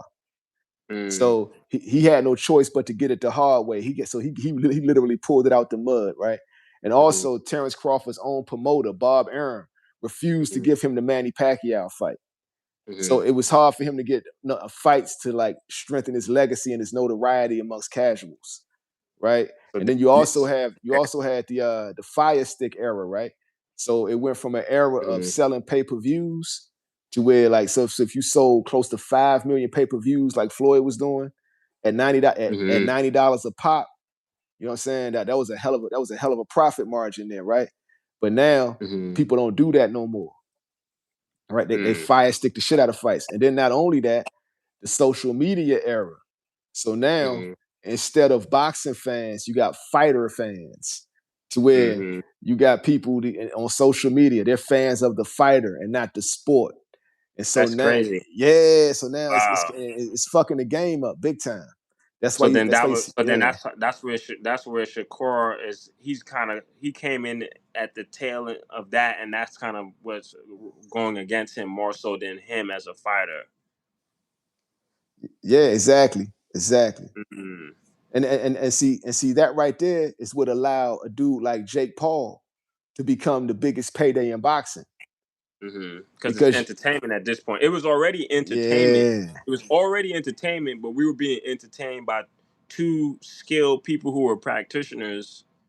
Versus but now, now it's just become commoditized now. it's celebrities. It's about Yeah. celebrities. That's why people will watch that trash ass Andrew Tate fight, right? Andrew Tate's a Mm-hmm. kickboxer, and why was he fighting a boxing match? You know what I'm saying? Yeah. That shit was trash. Right? I couldn't even watch it, man. It was painful to watch how Mm. unskilled these dudes were as boxers. You know what I'm saying? But And then, people are doing it now. And you got motherfuckers over across the pond. Like yeah. what's youngest name, man? What's youngest name that fought Logan Paul? What's youngest name that fought Logan Paul? The Jamaican, the British Jamaican dude, man. Oh yeah. I Yeah, you don't know know what I'm his name. saying? Yeah. Yeah, you got people like him, Logan Paul, Jake Paul making all this type of money, and Floyd Mayweather stamping them. Floyd Mayweather gave them the stamp because they cut deals with Floyd, like, let's get this money. That's what Floyd was about. You know So what what I'm you saying? saying is Floyd is essentially he hurt in the game. Floyd is like who's that dude on Wall Street that ruined the economy so he can get super rich? In the movie or in real life? Both. He's Gordon both of them. Gecko, them Gordon Gecko type niggas. Yeah, he's Floyd Mayweather Jr. is the Gordon Gecko of boxing. He, Man, he ruined the sport so he can get super rich. damn, Oh, that's that's right. wild. KSI. Yep. And then Dudes he like even him. got the casual boxing fans thinking they know about boxing.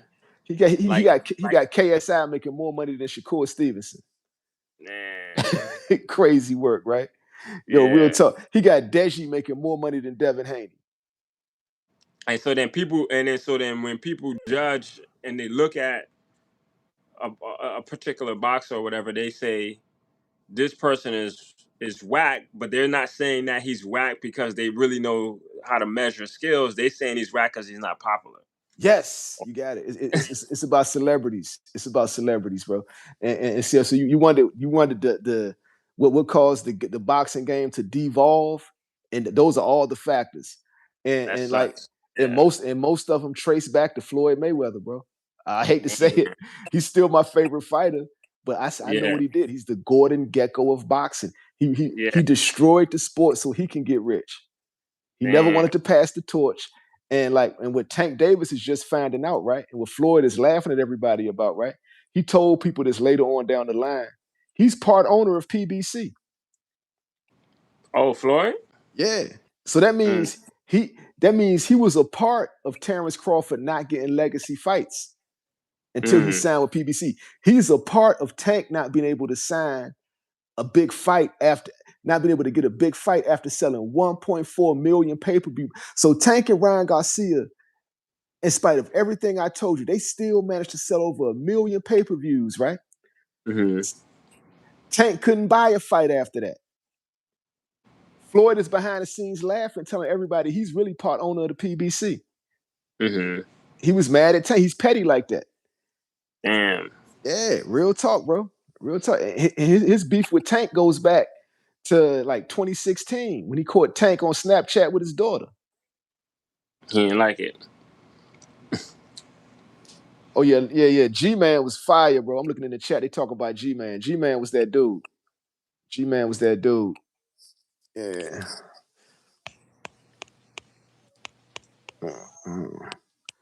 But yeah, man. So yeah, man. But you want to know what ruined the game? That's what ruined the game, man. Floyd Mayweather Jr. ruined the game, bro, for his own Damn. self-interest. The Gordon Gecko of boxing. Damn. Hamza Shiraz versus Diego Pacheco. I'm gonna go with Hamza Shiraz. If he keep throwing that left hand like he was throwing it on Edgar Berlanga's ass, that's a good fight.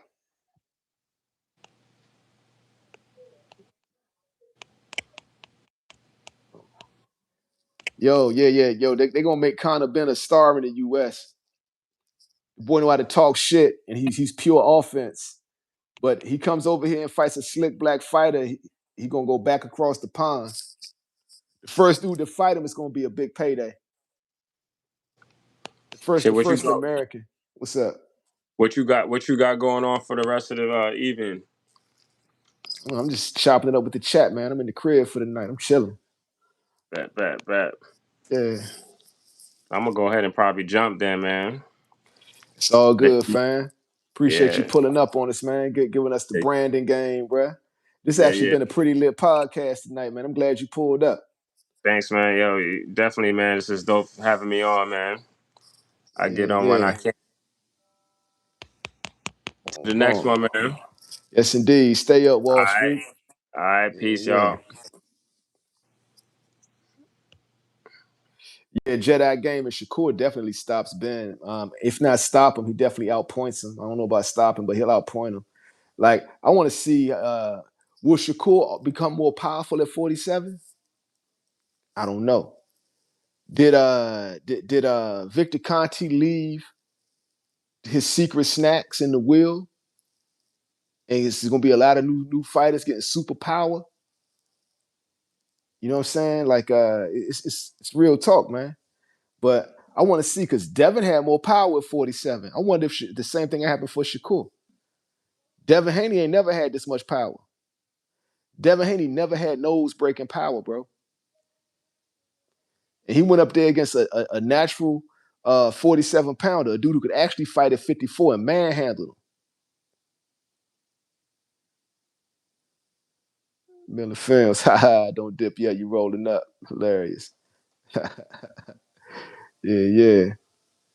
Yo, Kane, what about Salvador Sanchez? What do y'all think of him? Was he really Sugar Ray Robinson tier? No, no. He was nice though. Salvador Sanchez was nice though.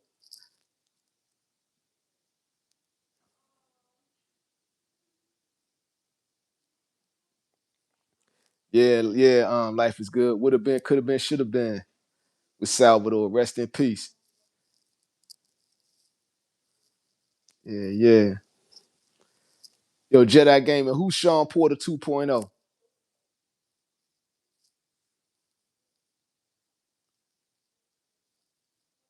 I need to know who you talking about. Who's Sean Porter 2.0, fam? Brian Norman. Brian Norman, like you saw me, y'all saw me talking to Zaire Brooks Multimedia.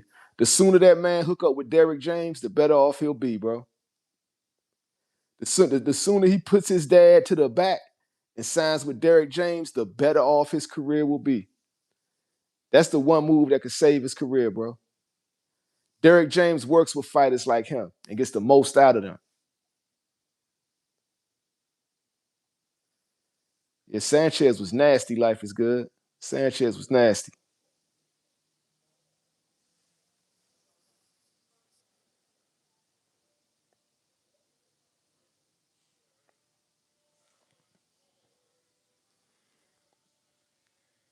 Harvey Brandon said Shakur's hands will not hold up at 47.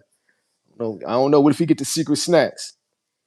What if Dev hooked him up with the secret snack? Now, Dev ain't passing on the secret snacks.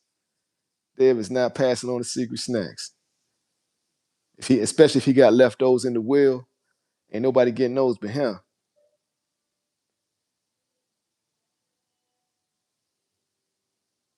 Miller Film Senior knew his son was going to lose that whole time. Nah, I believe they really thought Devin Haney was weak and they were just going to plow through him. But that goes to show you how horrible of a coach Senior is, bro. He worse than Bill.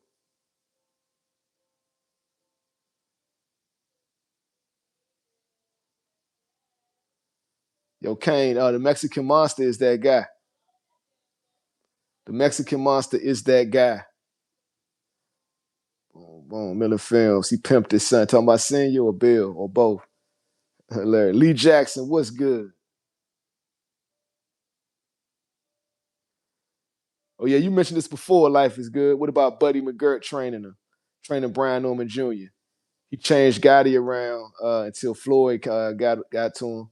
Yeah, Buddy McGirt's good, but Buddy McGirt's a good trainer. You know what I'm saying? But I feel for Brian Norman Jr.'s particular skills and style, I think he's the perfect fighter for Derrick James. I don't know why. I see Derrick James as I see like that's like the perfect match between fighter and trainer. But Buddy McGirt can help him out. But the thing would be if he gets anybody trying to turn him into a slick fighter, it's not going to work. He needs a trainer who's going to work with what he got and, you know what I'm saying, work off that. And that's the only way he's going to evolve and become the prime version of what he could be, the best version of B. Munt True TV, what's good?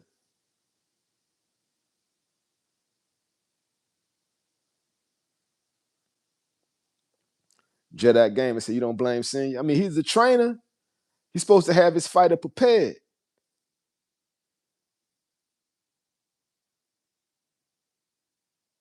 Life is good. Why do you think Spence walked away from Derrick James? Money. Money. So with that, right? This is all what I see from behind the scenes, right? Just for me looking at shit and just analyzing it, it looks like Floyd Mayweather and Al Haymon was pissed that Errol Spence Jr. insisted on taking that Terence Crawford fight. So they was like, nigga, you better win. If you don't win, it's fuck you. Because we got you lined up with a money play. We want you to fight Keith Thurman, right? And go all the way to the Canelo Alvarez fight, which will be a super fight. We signed Canelo Alvarez. We want an in-house fight between you and Canelo Alvarez. We all make the most money we ever made in boxing, right? But this nigga want to be great, right? This nigga, Errol Spence, hard-headed. He like, nah, I ain't fighting no Keith Thurman. And I'm going to beat Terence Crawford. Then I'll fight Canelo Alvarez. Floyd Mayweather knew better. Floyd Mayweather stopped the fight 3 times. Matter of fact, I'm glad y'all got me talking about this. I got the video of him talking about it. Floyd Mayweather said, it ain't going to be no fight unless you hear it from me. And then Floyd Mayweather went a step further and exposed that he's part owner of the PBC. Nobody knew this shit. He told the world this shit, right? And then he said, like, you can call Al what you want, a mentor, a second father. I call him my business partner. He said, me and Al have several fighters. We got over 400 fighters we working with. He told the world he was with PBC. And it ain't going to be no Crawford-Spence fight. Spence he was hard-headed. He went and grabbed money out his own pocket and gave it to Terence Crawford to make sure the fight happens because PBC was underbid in Terence Crawford to make sure the fight don't happen. So now that we know all of that, now that the fight does happen, Floyd Mayweather and Al Haymon is like this, nigga, you better win, right? And now everything else, I have this on record. He loses. He doesn't get paid what he thought he was going to get paid. And he gave money to Terence Crawford. And Canelo left PBC, right? So what did PBC say? PBC is now in financial distress. Like, nigga, we ain't got no money for you, man. And it's like, yo, you keep what you got. You keep Derrick James' money. So he underpaid Derrick James. Derrick James sued Errol Spence because he didn't get all the money he was supposed to get. And that's why them niggas parted ways. That's why they parted ways. It was over money. And once again, it's because of who? Floyd Mayweather. But you let Floyd Mayweather tell us because Errol Spence was hard-headed. Like, you got to think about it. What happened? Because Errol Spence insisted on fighting Terence Crawford, the PBC damn near got destroyed. Canelo Alvarez left. There was never no in-house fight between Errol Spence and Canelo Alvarez. Turkey Al-Sheikh ended up having that fight. They played right into Turkey's hands. That shit blew up the PBC. All they had was Tank and David Benavidez. And David Benavidez, Canelo ain't fighting you, so you're not a major star yet. PBC has been suffering ever since financially because of that shit. It's because Errol Spence insisted on fighting Terence Crawford. And he lost. He gambled on himself and he lost. But he didn't just lose for himself. That shit destroyed the PBC, fam. Just can you imagine if that don't go down in the super fight we saw between Terence Crawford and Canelo Alvarez was actually between Errol Spence and Canelo Alvarez, and it was a PBC event? Woo! You think Tank Davis and Ryan Garcia sold 1.4 million pay-per-view buys? PBC does the pay-per-view model. That shit would have did numbers, bro.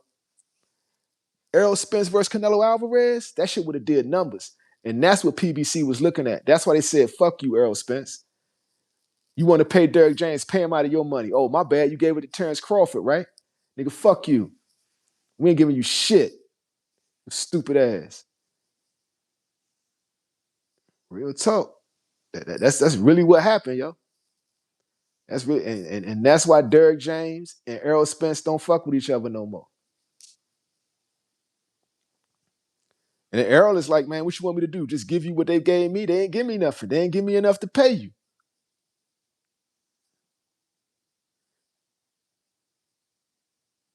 Yeah, real talk. Life is good. One-sided ass whipping.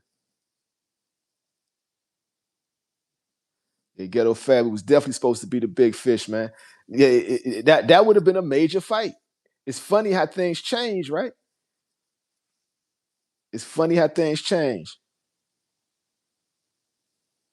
Yo, Jedi Gamer, you should have been watching the Ghost Rider of boxing. I told the world that Terence Crawford gonna win that fight, bro.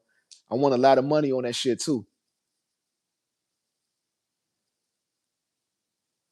Won a lot of money on that shit, bro. 901 Dre, that shit would have been major, bro. Spence versus Canelo would have been a major fight. Major fight.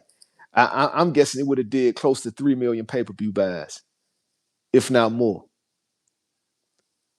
And that shit would have went at $90 a pop. If Tank and Ryan Garcia could do it, imagine Errol Spence and Canelo Alvarez.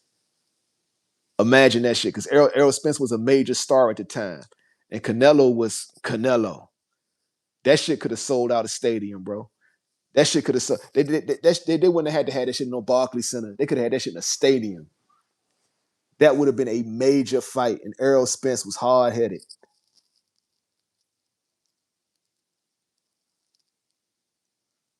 Life is good. You lost a stack on that. I bet she was pissed, man. Should have been listening to the Ghost Rider of boxing, bro. I told y'all niggas, man. Everybody listen to me one.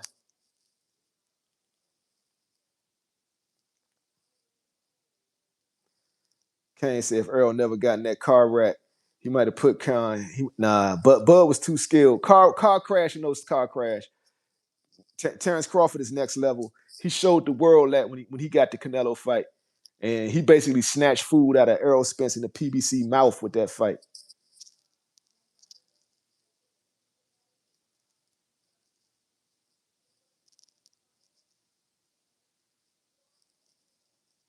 True TV, all the take hate channels seem to like. They made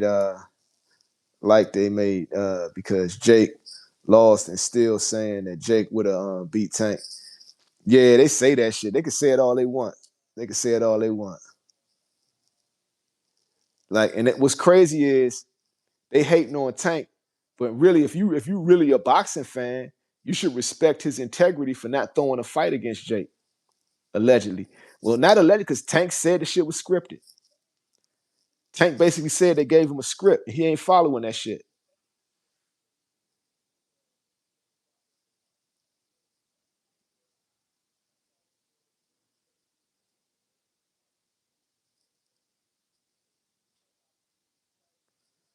Life is good. One day we got to link up, man. I had you crying. What happened after the fight?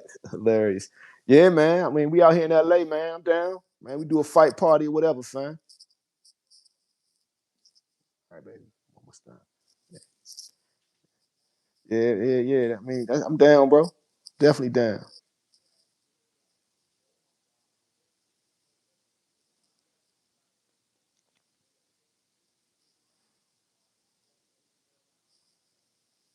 We can't say Kane. He beat champs not at 100%.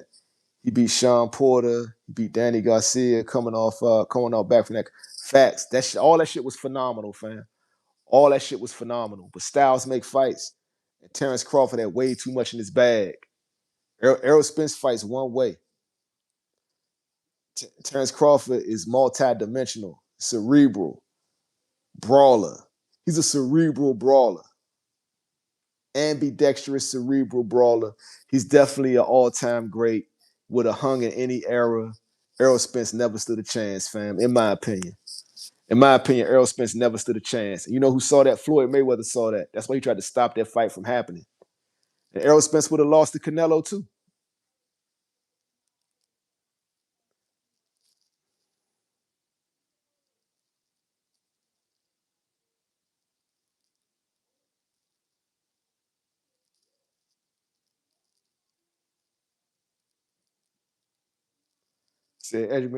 Coach James said Earl was running a mountain a day before the fight. You could do all the PT you want. It was about skills. Terence Crawford was just levels above Errol Spence, like levels above.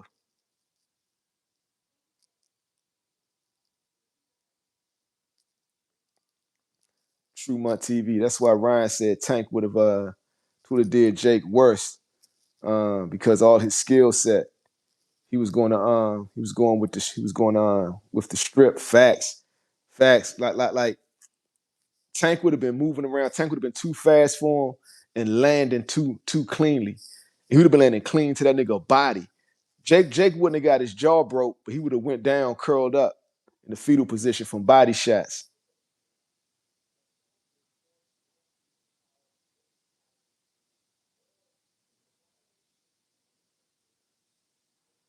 Oh yeah. Shakur versus T.O. Yeah. Life is good. We should link up, man. I've been thinking about throwing a fight party, man. I don't know, man. I don't know if I'm ready for that level yet. What Ness be doing? Think about throwing fight parties like Ness used to do, but Ness started getting strikes for that shit. They started coming after Ness with that shit.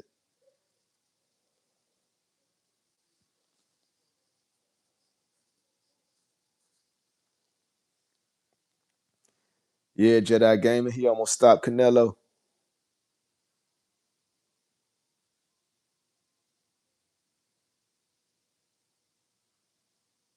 Kane said, "Who y'all got? Does Floyd still beat Crawford as of now? As of right now? I mean, right now, Terence Crawford beats his ass. Like Floyd versus Terence Crawford is like a hypothetical fantasy fight. We got to do a prime for prime on that because Floyd is way past his prime. And what I say, Floyd should have been passed the torch to Crawford, but he didn't do it because he ain't signed the PBC.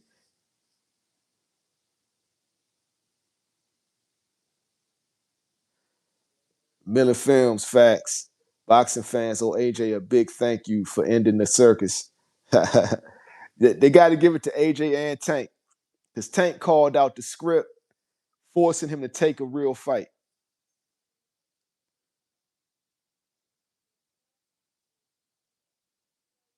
Yeah, life is good. Tank would dog walk Jake Paul. The skill set and power would have been way too much. Facts.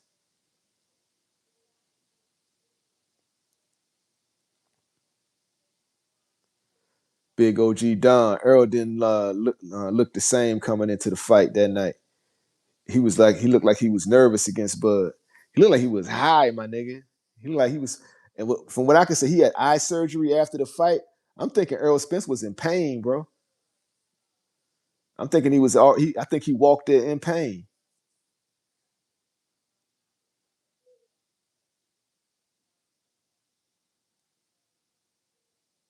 Life is good. You think them 20 plus rounds of sparring dimmed his light.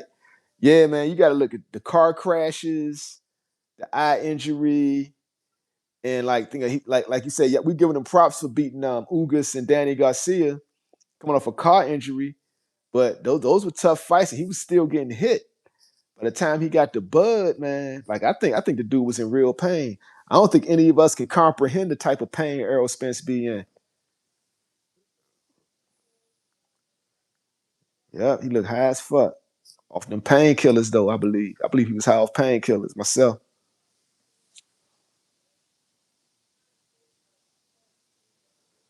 If something was wrong with him, he wasn't the same. He looked lit. He looked lit. I'm thinking he was on something that was killing the pain. I can only imagine the headaches that brother be having.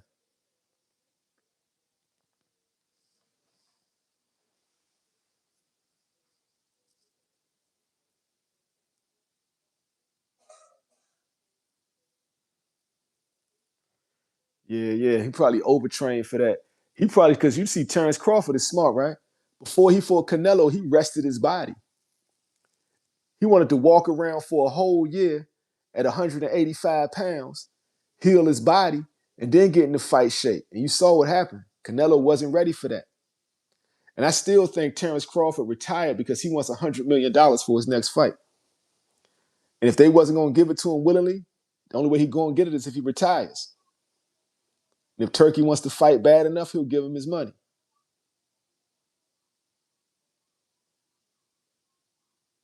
Jedi Gaming, who you got, Scooter Ryan or Barrios? I got Barrios. I think Ryan been figured out. I think Ryan Garcia has been figured out. I think Tank showed everybody how to take away his left hand. I think Devin didn't listen, and Rolly did. And I think Floyd helped Rolly Romero get ready to take away that left hand. or at least had his trainer's ear. It's like, yo, man, I don't want no excuses. Take away the nigga's left hand. If you need me to step in and show you how to do it, I will. And I think it's just that simple, bro. They did it with the long guard. Did it with the long guard. The long guard timed it.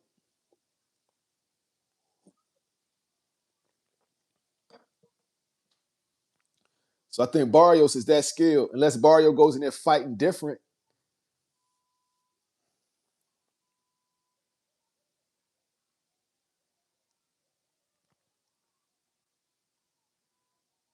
Yeah, life is good. Bud never put alcohol in the system, stayed clean. Maybe snack is dirty, but any extracurricular activities, he didn't do it. Shout out to Bud for staying sharp. Facts. And we all know Errol Spence loved the alcohol. Nate Jones was saying it. Nate Jones, I gotta find that interview. Nate Jones said Errol Spence is not going to be great because he loves to drink alcohol. He said that shit.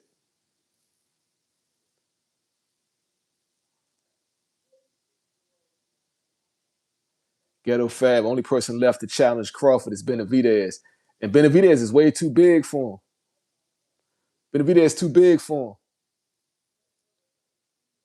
Bud will never fight Benavidez. And Benavidez respects Terence Crawford too much to fight him. And Benavidez loves the fact that he beat Canelo Alvarez. So Benavidez is a real one.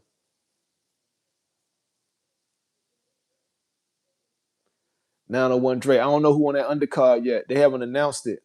Cool and Tio. I don't know who's on that undercard, fam. They have yet to announce that shit.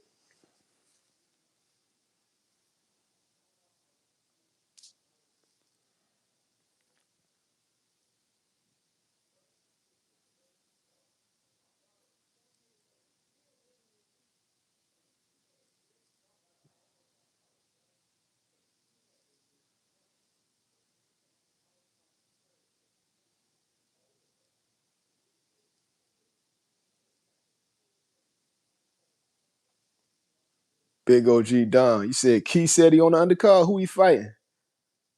Who he fighting? He fighting Richardson Hitchens?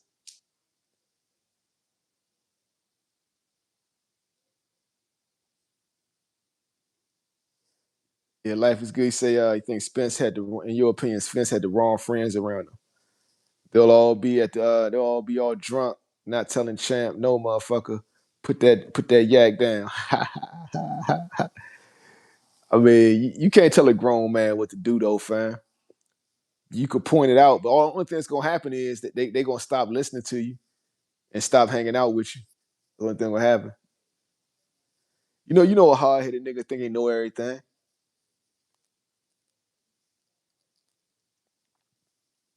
And like them niggas was influenced, like him and Tank, they was influenced by Adrian Broner. Adrian Broner was the wrong nigga to be influenced by.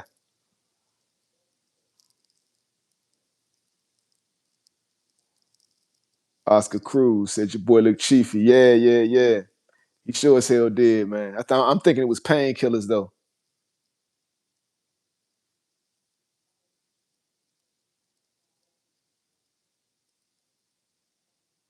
Kane say they say T.O. got this ability to make people freeze. Yeah, yeah, we gonna see, man. Like Shakur is a high level fighter, but he really going up in weight. But him and he might be a little like naturally might be a little bigger than T.O. though.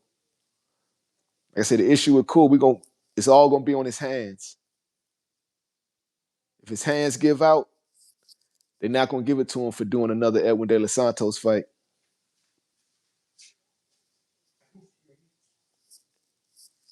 They damn sure not gonna give it to him for another De Los Santos fight.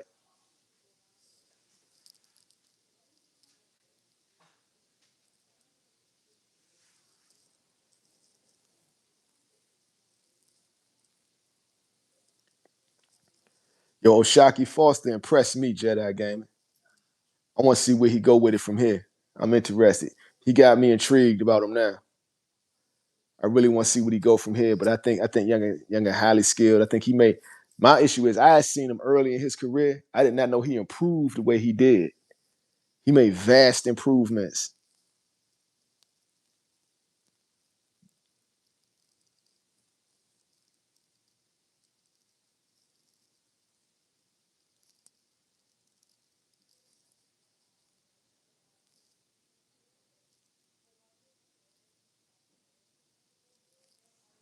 But yeah. But yo, I'm about to slide out.